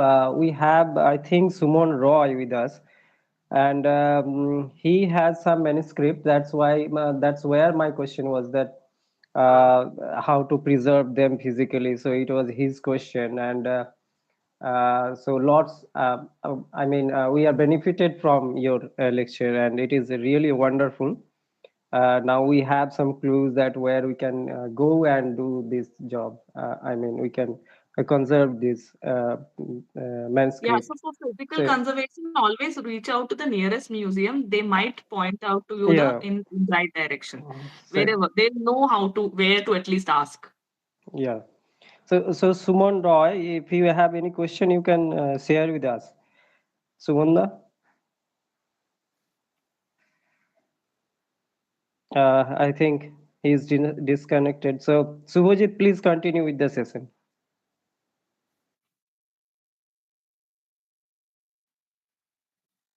Yes. First of all, I would like to thank you, Yamini madam, because at some point of time, we felt that what we are doing is similar to what you did already. So I think the entire session, all the participants and the organizers will agree to this, that we are connecting each other rather. And this connection was very much needed here in order to continue progress in our work further.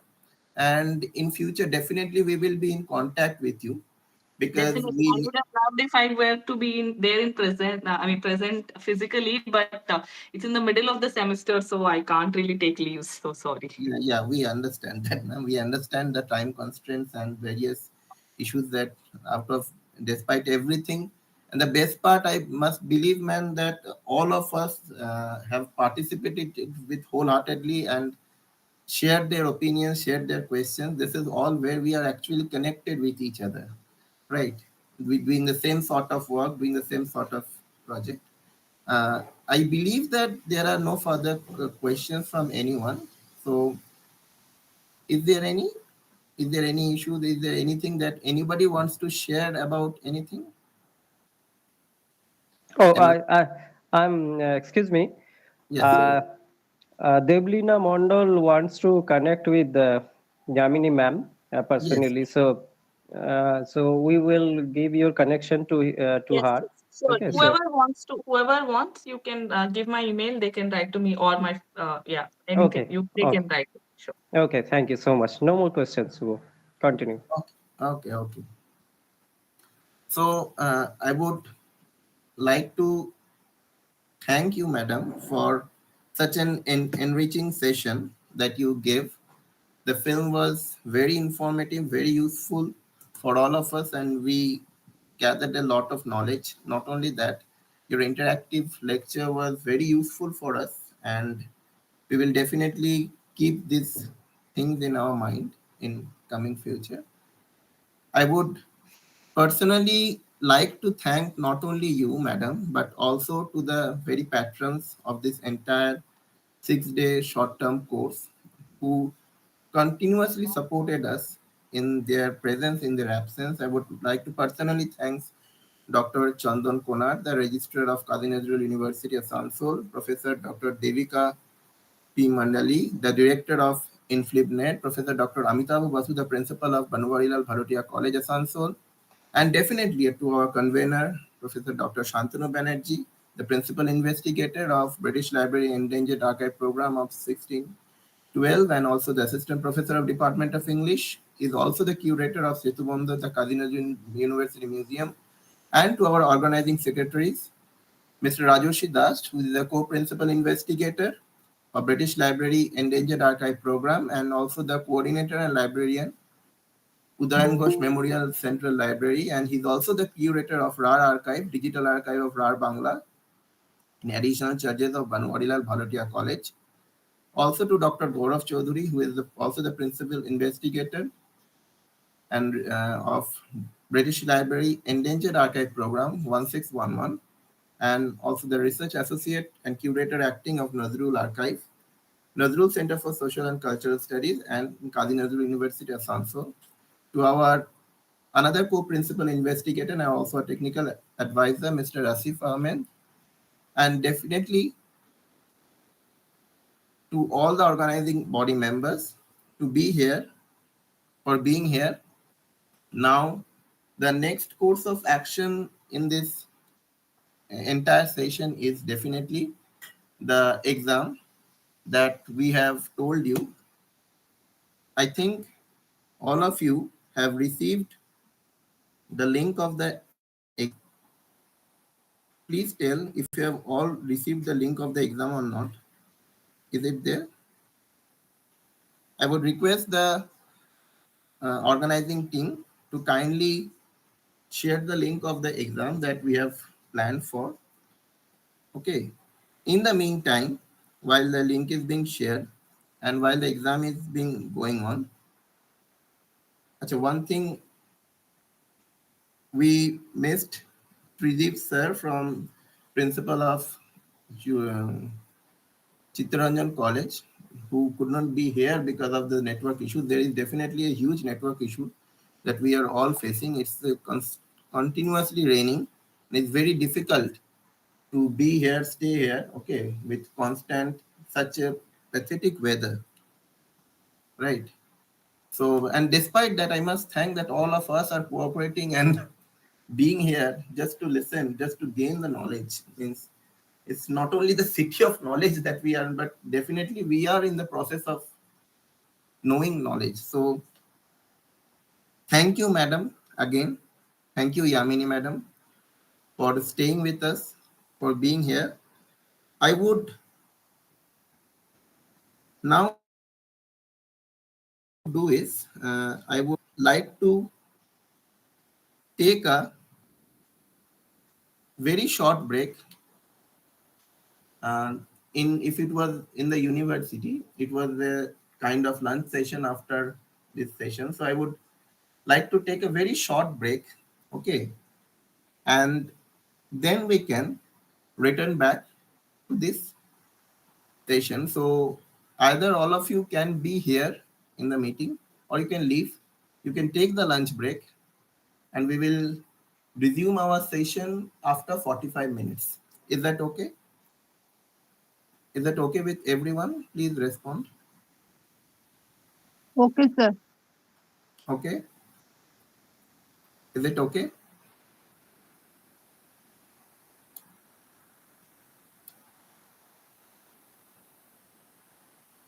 Okay. Thank you. Thank you. So